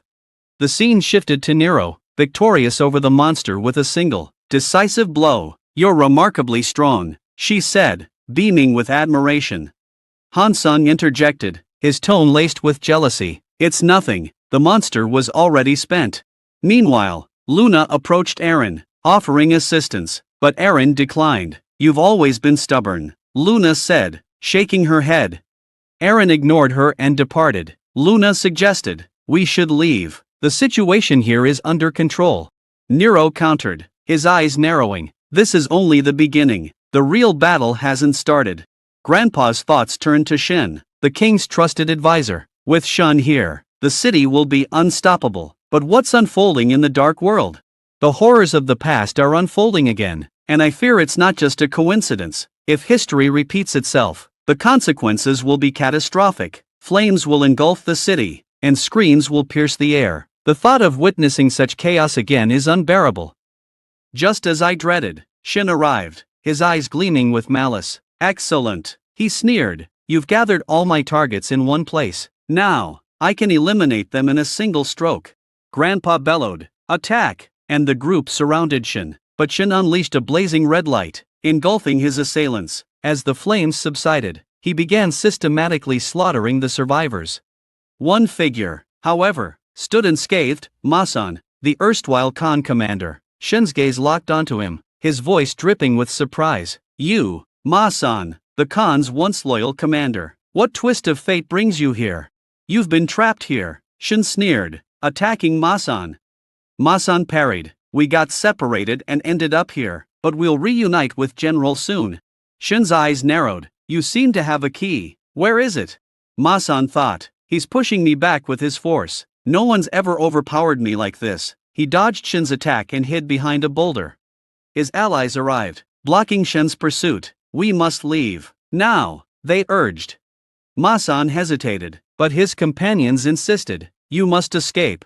Shin severed the boulder, expecting Masan to be behind it. However, Masan was gone. His allies informed him, he's safe, but we can't hold Shin off for long. You'll never have what you desire, Shin's victim declared, but his words were cut short by a deadly strike. Enraged, Shin bellowed, Masan! The scene shifted to Shin sauntering through the crowd, attracting wary gazes. Onlookers whispered among themselves, who is this? Is that a real sword? Is this some movie shoot? Shin's disdain grew. These people are repulsive. I won't endure their ignorance. With a swift swing of his sword, he struck down an approaching student, cleaving them in two. No need to search, Shin sneered, his laughter chilling. They'll flock to me. Meanwhile, Masan hastened to his allies. Urgent concern etched on his face. We must flee. Shin has lost all reason. Masan's concern for his allies grew as he realized Shin's true intent, to kill Nero. Is Shin butchering everyone in the market? He wondered. Innocent civilians are being dragged into this senseless war. Masan steeled himself, remembering his mission. I must protect the king. After countless lives lost, I won't let him fall now. As he approached the market, the wails of children and elders filled the air. Shin had unleashed a bloodbath, leaving destruction in his wake. Masan's heart ached. These innocent people, slaughtered by one man's cruelty, the same cruelty that ravaged my childhood. A child's desperate cries for help pierced the chaos. Shin lifted the car, exposing the trembling child. Masan intervened just as Shin's sword descended. You're late, Masan, Shin taunted. How can you slaughter innocents? Masan demanded, outrage etched on his face. Shin sneered, collateral damage. You're next. With unwavering resolve, Masan's fury boils over. What makes you think you're above accountability? How many more lives will you claim? With a fierce battle cry, Masan charges at Shan, who retaliates with a chilling warning. Anyone who stands against me will meet one fate, death. Meanwhile, Luna urgently whispers to Nero, the Blue Butterfly Gang is being stalked. Details are scarce, but it appears they're planning to annihilate Khan's entire army. Nero's eyes widened as he realized, someone's here to eliminate them all. As Aaron listened intently, the leader's urgent voice cut through the tension. A horrific incident has occurred just 4 kilometers away. CCTV footage indicates a code red situation is imminent. Nero's face paled as he watched the footage. Hung Song's voice was laced with awe. These monsters are on a completely different level. Sihe's eyes narrowed, and this human-like monster is exceptionally powerful. Nero sprang into action, his concern for Masan's safety overwhelming. Sihe grasped his arm, her voice firm. Where are you going, Nero? If you leave, the operation will fail. If I'm in danger, who will save me? Luna asks, her eyes locked on Nero. I'll come with you, Luna responds, joining Nero. Nero's urgency intensifies. Masan's life hangs in the balance. We must rescue him now. He's more than a friend, family. Luna nods sympathetically. I understand, but to A1, Masan is just a monster, one of many lurking in the shadows of the human world. With newfound resolve, Luna grasps Nero's arm, hastening their departure to reach Masan before A1. Meanwhile, Shan closes in on Masan, sword raised. Masan stands firm, unfazed. Your attacks are futile. Your sword cannot harm me. Shan's face twists in rage. Enough, he snarls, his voice dripping with malice. It's time to end this. As flames engulf us on all sides, I notice Masan's hand lies severed. Masan grimaces. The sword's fire didn't melt. It cut through my hands. This damage is irreparable. This warrior wields fire, making him my most formidable adversary. Shan sneers. Next time, your legs will be mine. Masan reflects inwardly. I finally understand, fire no longer holds fear for me. Unleash your full strength, he exclaims, striking the ground with a powerful punch. No need to be arrogant, kid. Slitting my throat won't guarantee your victory. I've run out of options. With another punch, a fierce gust surges toward Shan, who swiftly raises his sword to deflect the attack. Shan ponders, is this his desperate last stand? Can he truly conjure such force from afar? This resonates with a taikuan's might. Shan cautiously approaches Masan, who patiently awaits his opponent's proximity. As Shan draws near, Masan unleashes a ferocious assault, sending shockwaves through the ground. Shan's eyes widened as a mysterious entity emerged from the depths. He unleashed a wave of flames, closing in on Masan. You're more cunning than I thought, Shan sneered, sword in hand. The traitor's loyalty makes sense now. The game is over. Reveal the key's location, and I'll grant you a swift death. Masan grasped Shan's sword, his gaze unwavering. What have you gained from slaughtering innocents? What drives your ambition? Shan's expression twisted. Are you willing to sacrifice everything for that old mouse? Masan pressed the sword against his neck. I'll die gladly for him. Shan sensed an unusual energy emanating from Masan. His thoughts racing. This can't be Masan. This aura is unmistakably different. Shan's eyes widened. Who's draining my strength? This can't be. He spun around, only to face Nero's sudden attack. Nero struck Shan with unrelenting force, sending him crashing to the ground. Masan's thoughts flashed back to King Khan's promise, if you're ever unable to defend yourself, I'll protect you. As Masan gazed at Nero, he felt an eerie sense of familiarity. King Khan, are you watching over me? Your presence feels so real, just as it once was. Our true king will rise again. Luna rushed to Masan's side, concern etched on her face. Masan, are you alright? Humans will arrive soon. Let me escort you to safety. As Masan's mouth gushed blood, Luna's eyes widened in horror. Shan sneered, his voice dripping with malice. So, your Queenie's precious offspring? Nero's thoughts raced. This one's unlike any monster I've battled. I sense an extraordinary power within him. Shan took a deliberate step forward, his tone dripping with arrogance. I've spent an eternity in hell, forging my strength for this moment. Shan sneered, you think you can kill me? I'll dismember your body. Nero stood firm. Try me, then, come and see. As Shan charged, red threads suddenly bound him, leaving both combatants stunned. Luna intervened. Leave him to me, I'll handle this. Nero warned. Stay back, Luna, this monster is treacherous. Luna reassured. I know, but Iman's arrival is imminent. We must relocate Masan to a safe haven before they do. Trust me. Nero nodded and departed, saying, I'll return soon. Contain this monster for now. Thank you. Luna positions herself, declaring, I'll await your return. Shan's expression falters as memories of his sister flood his mind, haunting him like a relentless nightmare. He gazes at Luna, whispering, Lin. Luna's eyes narrow. What did you say? How do you know my name? Shan's silence sparks Luna's curiosity. Unleashing a flurry of attacks, Luna pins Shan to the ground, grasping his throat. Reveal how you know my name. Shan's faint whisper ignites Luna's ire. Lin. Don't address me by that name, Luna warns, her voice trembling. I am Luna. Shan declared resolutely, as King Khan's protector, I must strengthen myself. They stripped me of everything. Now, I seek vengeance. He glared at Luna. You, Lena, my little sister, should have perished then. Flames suddenly erupted around them, engulfing the area.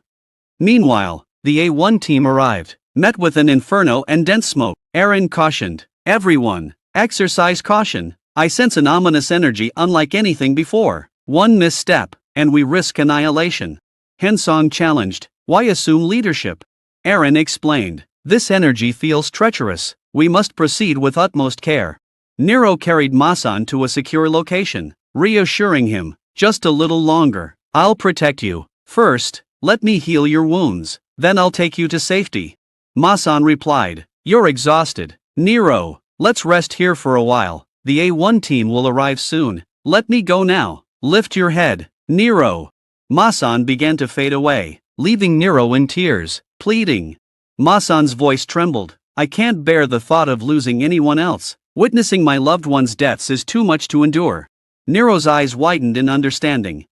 Don't worry, Masan reassured. Their souls will remain with you until their physical bodies return to Earth. They'll always be by your side, guiding you. Masan's expression turned resolute. Take responsibility, Nero. lead the charge. The royal guard must depart, and the upcoming battle is yours to fight. With a warm smile, Ma-san said, meeting you brought me joy. Our encounter was fate. Farewell, Nero.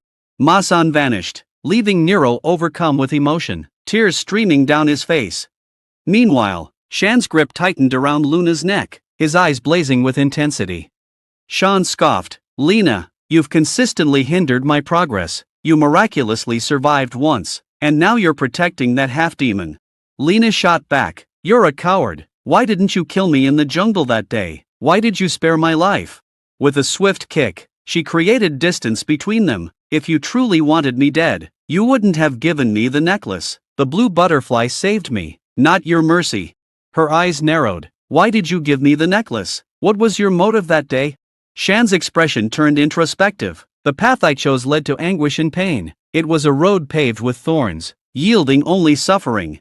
Shan confessed, that path is hell, engulfed in flames. I chose solitude to spare others pain. Lena, please step aside. I won't hurt you again. Nero arrived, his anger and power palpable. His demon aura emerged, fueled by rage. Ma-san's dead, Nero growled. You'll pay for his life. You'll die by my hands. Shan's laughter echoed, laced with madness. Nero, this is your true self. The two enemies clashed, their blows evenly matched. Nero unleashed icy fury, encasing Shan in frozen prison, but Shan countered with blazing inferno, shattering the ice. Nero swiftly retaliated, fueled by vengeance. Nero delivers a swift kick, sending Shan crashing down. Luna watches in awe. Is this Nero's true power? Luna wonders. He's overpowering the strongest warrior. She senses an extraordinary energy emanating from Nero, even from a distance. Nero's power surpasses Shan's, she observes. However, Luna notes a concern. Shan wields the king's power, countering Nero's abilities with ease. Shan leverages his skills to match Nero blow for blow. If this continues, it may spell danger for Nero. Eren thought, I must help her. Memories of Shan's words flooded her mind, stirring emotions. I must fight alongside the king, Eren explained. Shan reflected, Nero, you share my pain. You lost your parents and your beloved. Vengeance fuels you, just as it does me. Why must we suffer such tormented lives? Shan asked. Our existence is cursed, a relentless struggle. If we persist, regret will consume us. You'll lose everything, feeling only anger, just as I have. Shan struck Nero, sending him flying. Become stronger, faster, Shan urged. Luna intervened, reviving Nero. This path will destroy you, she warned. Luna cautioned, this will be perilous, even if our plan fails. Vigilance is crucial, defeat here means everything will be lost. Nero reassured, don't worry, I'll manage alone. Luna countered, her words laced with urgency. Your tactic, no matter how powerful, is futile if Shan can counter it, and he remains standing, unfazed. This proves you can't defeat him solo, Luna emphasized. One misstep, and Shan will claim your life. Nero inquired, what course of action should I take? Luna advised, we need a collaborative strategy to defeat Shan. Luna instructed Nero, we must strike together. One decisive blow from both of us will ensure victory. Nero nodded confidently, I'm ready. Meanwhile, 3M1 members rushed inward, sensing an eerie atmosphere. Eren was stunned to see Nero, her eyes wide with shock. Shan gazed at Luna, his thoughts tainted with malice. Must I take her life? Luna unleashed her fox fire attack, enveloping Shan in darkness. Nero seized the opportunity, striking Shan's chest with a swift Chidori-like blow. Shan sneered, you're half demon, yet king's blood courses through your veins. Your slender hands hold immense power. Shan absorbed Nero's energy and opened the gate. Luna intervened, but Shan countered with a crushing attack. Nero's body radiated an enormous power surge, soaring into the sky. In the demon world, demons watched as the gate swung open. The time has come, they chorused. Shan obtained the key, and the monsters advanced toward the gate. Calm shouted, those insignificant humans have erased our existence. Now, it's our turn to seek revenge. Our Dark King will conquer their world. Calm declared, let's annihilate all humans. The demons surged toward the gate. In the human world, emergency alerts blared, and agents assembled. Eren gazed up, astonished, as a hole formed in the sky. She spotted Nero escaping with Luna atop a building. This can't be happening, Eren thought. Monsters can't escape the gate and invade the human world. Destruction reigned as monsters eliminated humans one by one, ravaging the entire world. The army and soldiers were powerless. The leader received a call. Warning, the VIPs are extremely concerned. I'm aware, the leader replied. I'll try to contain this. If I succeed, you'll grant me full command. The leader ended the call and dialed another number. We can't negotiate with these monsters now. But we've prepared for this for years, the respondent objected. The leader studied Nero's file. From now on, follow my instructions exactly. The scene shifted to Luna, lying on her bed, while an agent watched her home. Nero, worried, pondered his next move. Nero examined Luna's wounds, alarmed by their depth. Even a monster wouldn't survive such injuries, he thought. He noticed the shattered window and rushed to Luna's room. Inside, Eren harnessed her powers. Nero intervened, halting her. Stay back, Eren warned, attacking him. What were you doing to Luna? Nero asked. Firm, next time, I won't hold back. Eren explained. I was checking something. This defies explanation. No human could survive such wounds. If anyone else had these injuries, they'd be dead, Eren emphasized. Luna is a monster, Eren declared. Nero gently covered Luna with a blanket. Luna is Luna, our ally in battle, he countered. Eren's anger flared, and she attacked Nero. Eren launched a fierce attack. Monsters are our sworn enemies. Nero intervened, transforming into his dark form. Eren recoiled, intimidated. I too possess demon blood, Nero revealed. Countless monsters and humans have sought to destroy me. I know whose side I'm on. Eren hesitated, studying Nero's expression. We share a common goal, Eren realized, eliminating the demon sons to restore our world. Why not unite against them? Join forces, Eren proposed. I'll trust you or Luna. Nero departed, assuring, I'll return soon, wait for me. The scene shifted to Hensong, tirelessly searching for C. Hensong worried, she's lost again. A monster suddenly attacked, but he swiftly dodged and sliced it in two. As he called out for C, the monster reassembled and struck. Hensong realized, I always let my guard down, that's why I get beaten. C arrived, killing the monster. That's my 35th hunt, she said. Hensong exclaimed, where were you? I was frantic with worry. C replied, her voice tinged with sadness. Your face doesn't exactly fill me with excitement. A new monster interrupted, and they fought together. Meanwhile, Eren navigated towards C, but numerous monsters blocked her path. Eren's power surged, allowing her to defeat most monsters, but one severed her hand. Nero arrived, battling the remaining monsters. Enraged, he demanded, where's Sean? Eren trembled, thinking, how did this environment change so suddenly? She replied, I don't know where Sean is, he must be hiding. As Eren's severed hand throbbed, she prioritized treatment, but ash emerged, signaling her transformation. The scene shifted to Sean, contemplative atop a building. Thinking of Luna, Snake approached, saying, you seem to enjoy humans' demise. The king will reward you greatly after the war. You'll be rewarded for finding the key, he said, his voice dripping with malice. The messenger, that girl with the red thread, should realize her fate is sealed, but if she falls into my hands? Shan's anger flared, interrupting him. What do you plan to do to her? The man's smile twisted. I'll tear her apart, piece by piece, and make her feel every ounce of pain. Shan's rage boiled over. He grasped the man's throat, his grip tightening. You'll know pain too. You'll beg for mercy. With a swift motion, Shan ended the man's life, shocked by his own brutality. The scene shifted to Eren, lying in the lab, undergoing treatment. Her thoughts swirled. Yesterday's injuries have healed incredibly fast. It's unnatural. I'm human, after all. Doctor, you've recovered remarkably fast, but don't assume you're strong yet. It's a positive sign, nonetheless. Eren's anger flared. She seized the injection from the doctor's hand, demanding, what's this? What are you injecting into me? Doctor, just a painkiller, I assure you.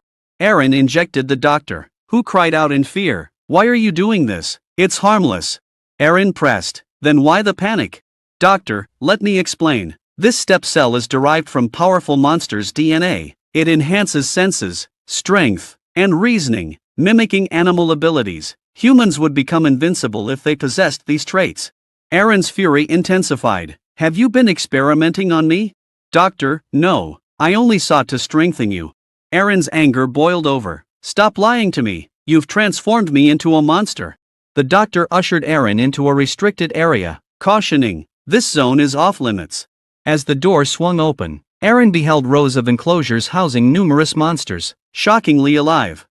The doctor explained, our leader seeks to create a superior human race, surpassing monsters in strength. Success would grant us dominion over this world. Aaron realized capturing these monsters alive was an impressive feat, yet the doctor admitted, our resources remain limited. Unleashing her powers, Aaron's fury intensified. The doctor cowered. What are you doing? Aaron retorted, you've deceived me for far too long, exploiting me. Aaron criticized, you're conducting this pointless experiment for power, unleashing monsters by destroying those facilities. The doctor, enraged, exclaimed, are you insane, Aaron? How could you sabotage my life's work? I've toiled tirelessly to collect these specimens. As monsters surrounded her, Aaron abandoned the doctor, walking away in indifference. The creatures dragged the doctor inside and sealed the gate. The scene shifted to Luna, who found Aaron sitting before her when she opened her eyes. Apparently, she was truthful about the DNA. Aaron said, remain still, or your wounds will reopen. Luna thought, did I faint during Sean and Nero's battle? But what became of them? And what does Aaron mean by DNA treatment? She asked Aaron, what do you plan to do with me? Will you torture me? Aaron replied, I'm striving to heal you, yet you speak to me with hostility. Luna asked incredulously, how can I trust you? Aaron replied, I'm following Nero's instructions. He's the only one capable of resolving this situation. Nero will help us until you're safe. The scene shifted to the Kusuman members, who had defeated the monsters and were returning. However, their relief was short-lived, as a colossal monster emerged, sending them fleeing in terror. Nero, observing from afar, swiftly intervened, defeating the monster. He reflected, those important to me are oblivious to the monster's threats, which can claim their lives effortlessly. I struggle to comprehend their motivations, for I am the root of this chaos. My existence has sparked this catastrophe. I'll use this power to eliminate everyone, Nero declared. I hope the outcome unfolds as planned. The scene shifted to King Calm, who demanded updates from Barrow. I've received no news since the gate opened. What's the delay? Barrow hesitated before speaking. Rumors suggest a human group, our sworn enemy, possesses the king's blood and is eradicating monsters in their world. We know nothing about their appearance or powers. King Calm's anger boiled over. How dare you mention that king and his son before me? Have you forgotten my authority and wrath? Continue speaking out of turn, and you'll face Yama, the Lord of Death. He dispatched his adversary and turned to his remaining soldiers, his anger palpable. Are you all intimidated by Khan's son? He demanded. Remember, your lives hang in the balance, and I hold the reins. The scene shifted to the lab, where carnage reigned. Blood splattered every surface. The leader's expression darkened. I never expected Aaron to betray us, he muttered. Is any agent available? Are we on the brink of defeat? Just then, the leader received disturbing news. Nero was the agent responsible. Meanwhile, Nero found himself ensnared by a monstrous creature. With lightning-fast reflexes, he unleashed his powers, employing cold breath to break free. Si and Hensong had eradicated the monster, their skills honed. We must leave now, Hensong urged. I won't linger here any longer. Si smiled, interpreting his words. You're acknowledging my strength, she said. Hensong's response was nonchalant. Draw your own conclusions. Si conversed with Hensong when they spotted the same monster they had seen on the monitor approaching. She swiftly attacked, ordering Hensong to stay back. However, Sean effortlessly defeated her with a single punch. Enraged, Hensong assaulted Sean, who countered with a sudden attack from behind. Si struggled to stand, determined to rescue Hensong. She found Sean holding him captive, brutally beating him. Sean demanded that Hensong summon Nero. Despite his worsening condition, Hensong urged Si to flee. Defiant, she continued fighting. Sean severed Si's hand from her body, and she vowed, Nero will surely kill you. Undeterred, C fought on with one hand. Shan struck her stomach, and she collapsed. C's eyes closed, and she collapsed to the ground. The scene shifted to another agent, who ordered his partner to flee while he confronted a gargantuan monster. The monster delivered a crushing blow, knocking him down with a single punch. As he struggled to get up, he saw Nero approaching, eerily resembling the monster. Why is this citizen walking into danger? The agent wondered. Nero approached the monster and demanded to know Shan's whereabouts. When the monster refused to answer, Nero unleashed a fierce attack, extracting a radiant blue light from its body. The agent's eyes widened as memories of a haunting rumor resurfaced. As foretold, a leader will emerge to end the war, wielding absolute power. Leader Nero scrutinizes the report, his thoughts racing. We're out of options. The situation is careening out of control. We must safeguard this for the future, it's crucial. Nero's DNA is the prized asset. With it, the leader boards a helicopter, convinced this will give us the upper hand against both humans and monsters. Without warning, a monster assaults the helicopter. Shan observes from a distance, surveying the destruction. My hatred intensifies daily, consuming me, cursing all. War yields no victors. Shan's voice lowers. Breaching the gate will demand enormous energy. Nero's response: yes, immense energy was required. Shan's eyes blaze as he transforms into his true form. I'll unleash my remaining strength to defeat you, he declares. Nero steps forward, resolute. This power has cost me dearly. It's time to unleash its full force. As Nero's energy surges, Shan's voice drips with awe. He's sealed the space, blocking escape. His cold bridge slices through all, like a deadly scythe. I'll be encased in ice, alive. Shan's laughter sends shivers. You've chosen your demise wisely. Today, I end your game. With a snarl, Shan unleashes a crushing blow, igniting a blinding flash. Nero blocks Shan's punch with precision, following up with a powerful blow that sends Shan stumbling backward. This one's grown stronger than before, Shan admits, impressed. With a swift kick, Nero sends Shan crashing to the ground. He reflects. Despite the open gate, his body still harbors immense energy, the king's legitimate heir, yet so vulnerable and emotional. Nero unleashes a fierce onslaught, closing in on Shan. Shan retaliates, slicing Nero's hand and drawing blood. Enraged, Nero counterattacks with ferocity, sending Shan flying across the battlefield. As Shan approaches, smiling menacingly, Nero examines his wounded hand, blood streaming from the gash. Shan sneers. Your power will devour you. Nero, you're indistinguishable from a demon. Do you feel pain? Or are you as invulnerable as the king? Unchecked, your strength will consume you, just as it did your father. Enraged, Nero unleashes a ferocious assault, silencing Shan. Across the battlefield, Luna watches with growing unease, her concern for Nero's safety deepening. Luna's concerned expression halted Erin's progress. You're not fully healed, Erin warned. Undeterred, Luna pressed on. Nero's fighting. I must go to him. Erin's gaze locked onto Luna's. You play a crucial role in this battle. That's why you're so eager. As Erin channeled her healing energy, she urged, take my strength, end this war. Meanwhile, Nero assaulted Shan relentlessly, stunning him. Shan retaliated with malice. This is your end. His attack severed Nero's limbs, crippling him. Nero's vision faded as he coughed, eyes closing. Suddenly, he stood outside his doorstep, as if transported home. I'm back, he whispered, opening the gate. A sense of peace enveloped him as he gazed upon his familiar household. Darkness surrounded Nero as he called out for his grandmother, stepping forward. Memories of his grandmother, young, Ma-san, and the tragic events overwhelmed him. A gentle voice interrupted his thoughts. Are you the true king's power? Nero's eyes brimmed with sorrow. I failed to protect them, young Ma-san, grandmother, they're gone, yet I continue fighting. For what? The mysterious power touched him, offering solace. Young king, acknowledge your pain, anger, and sorrow, embrace these emotions. Nero closed his eyes, and when he opened them, his true power had awakened. Luna's urgent voice cut through the air. Nero, hurry! Nero's gaze cleared, and clarity dawned on him. He knew whom to protect and why he fought. Shan witnessed Nero's miraculous recovery and augmented power. Is this the king's true strength? Nero's transformation left Shan stunned. A monster charged, and Nero countered with lightning speed. Shan stepped forward, his eyes ablaze. When Sana left me, I died within. Emotions withered, but you revived my soul. This moment is my purpose. Shan thought, his eyes locked on Nero. I'm overjoyed. In you, I see myself, the same burning anger and pain. Nero retorted, you'll never safeguard what you hold dear, just as I failed.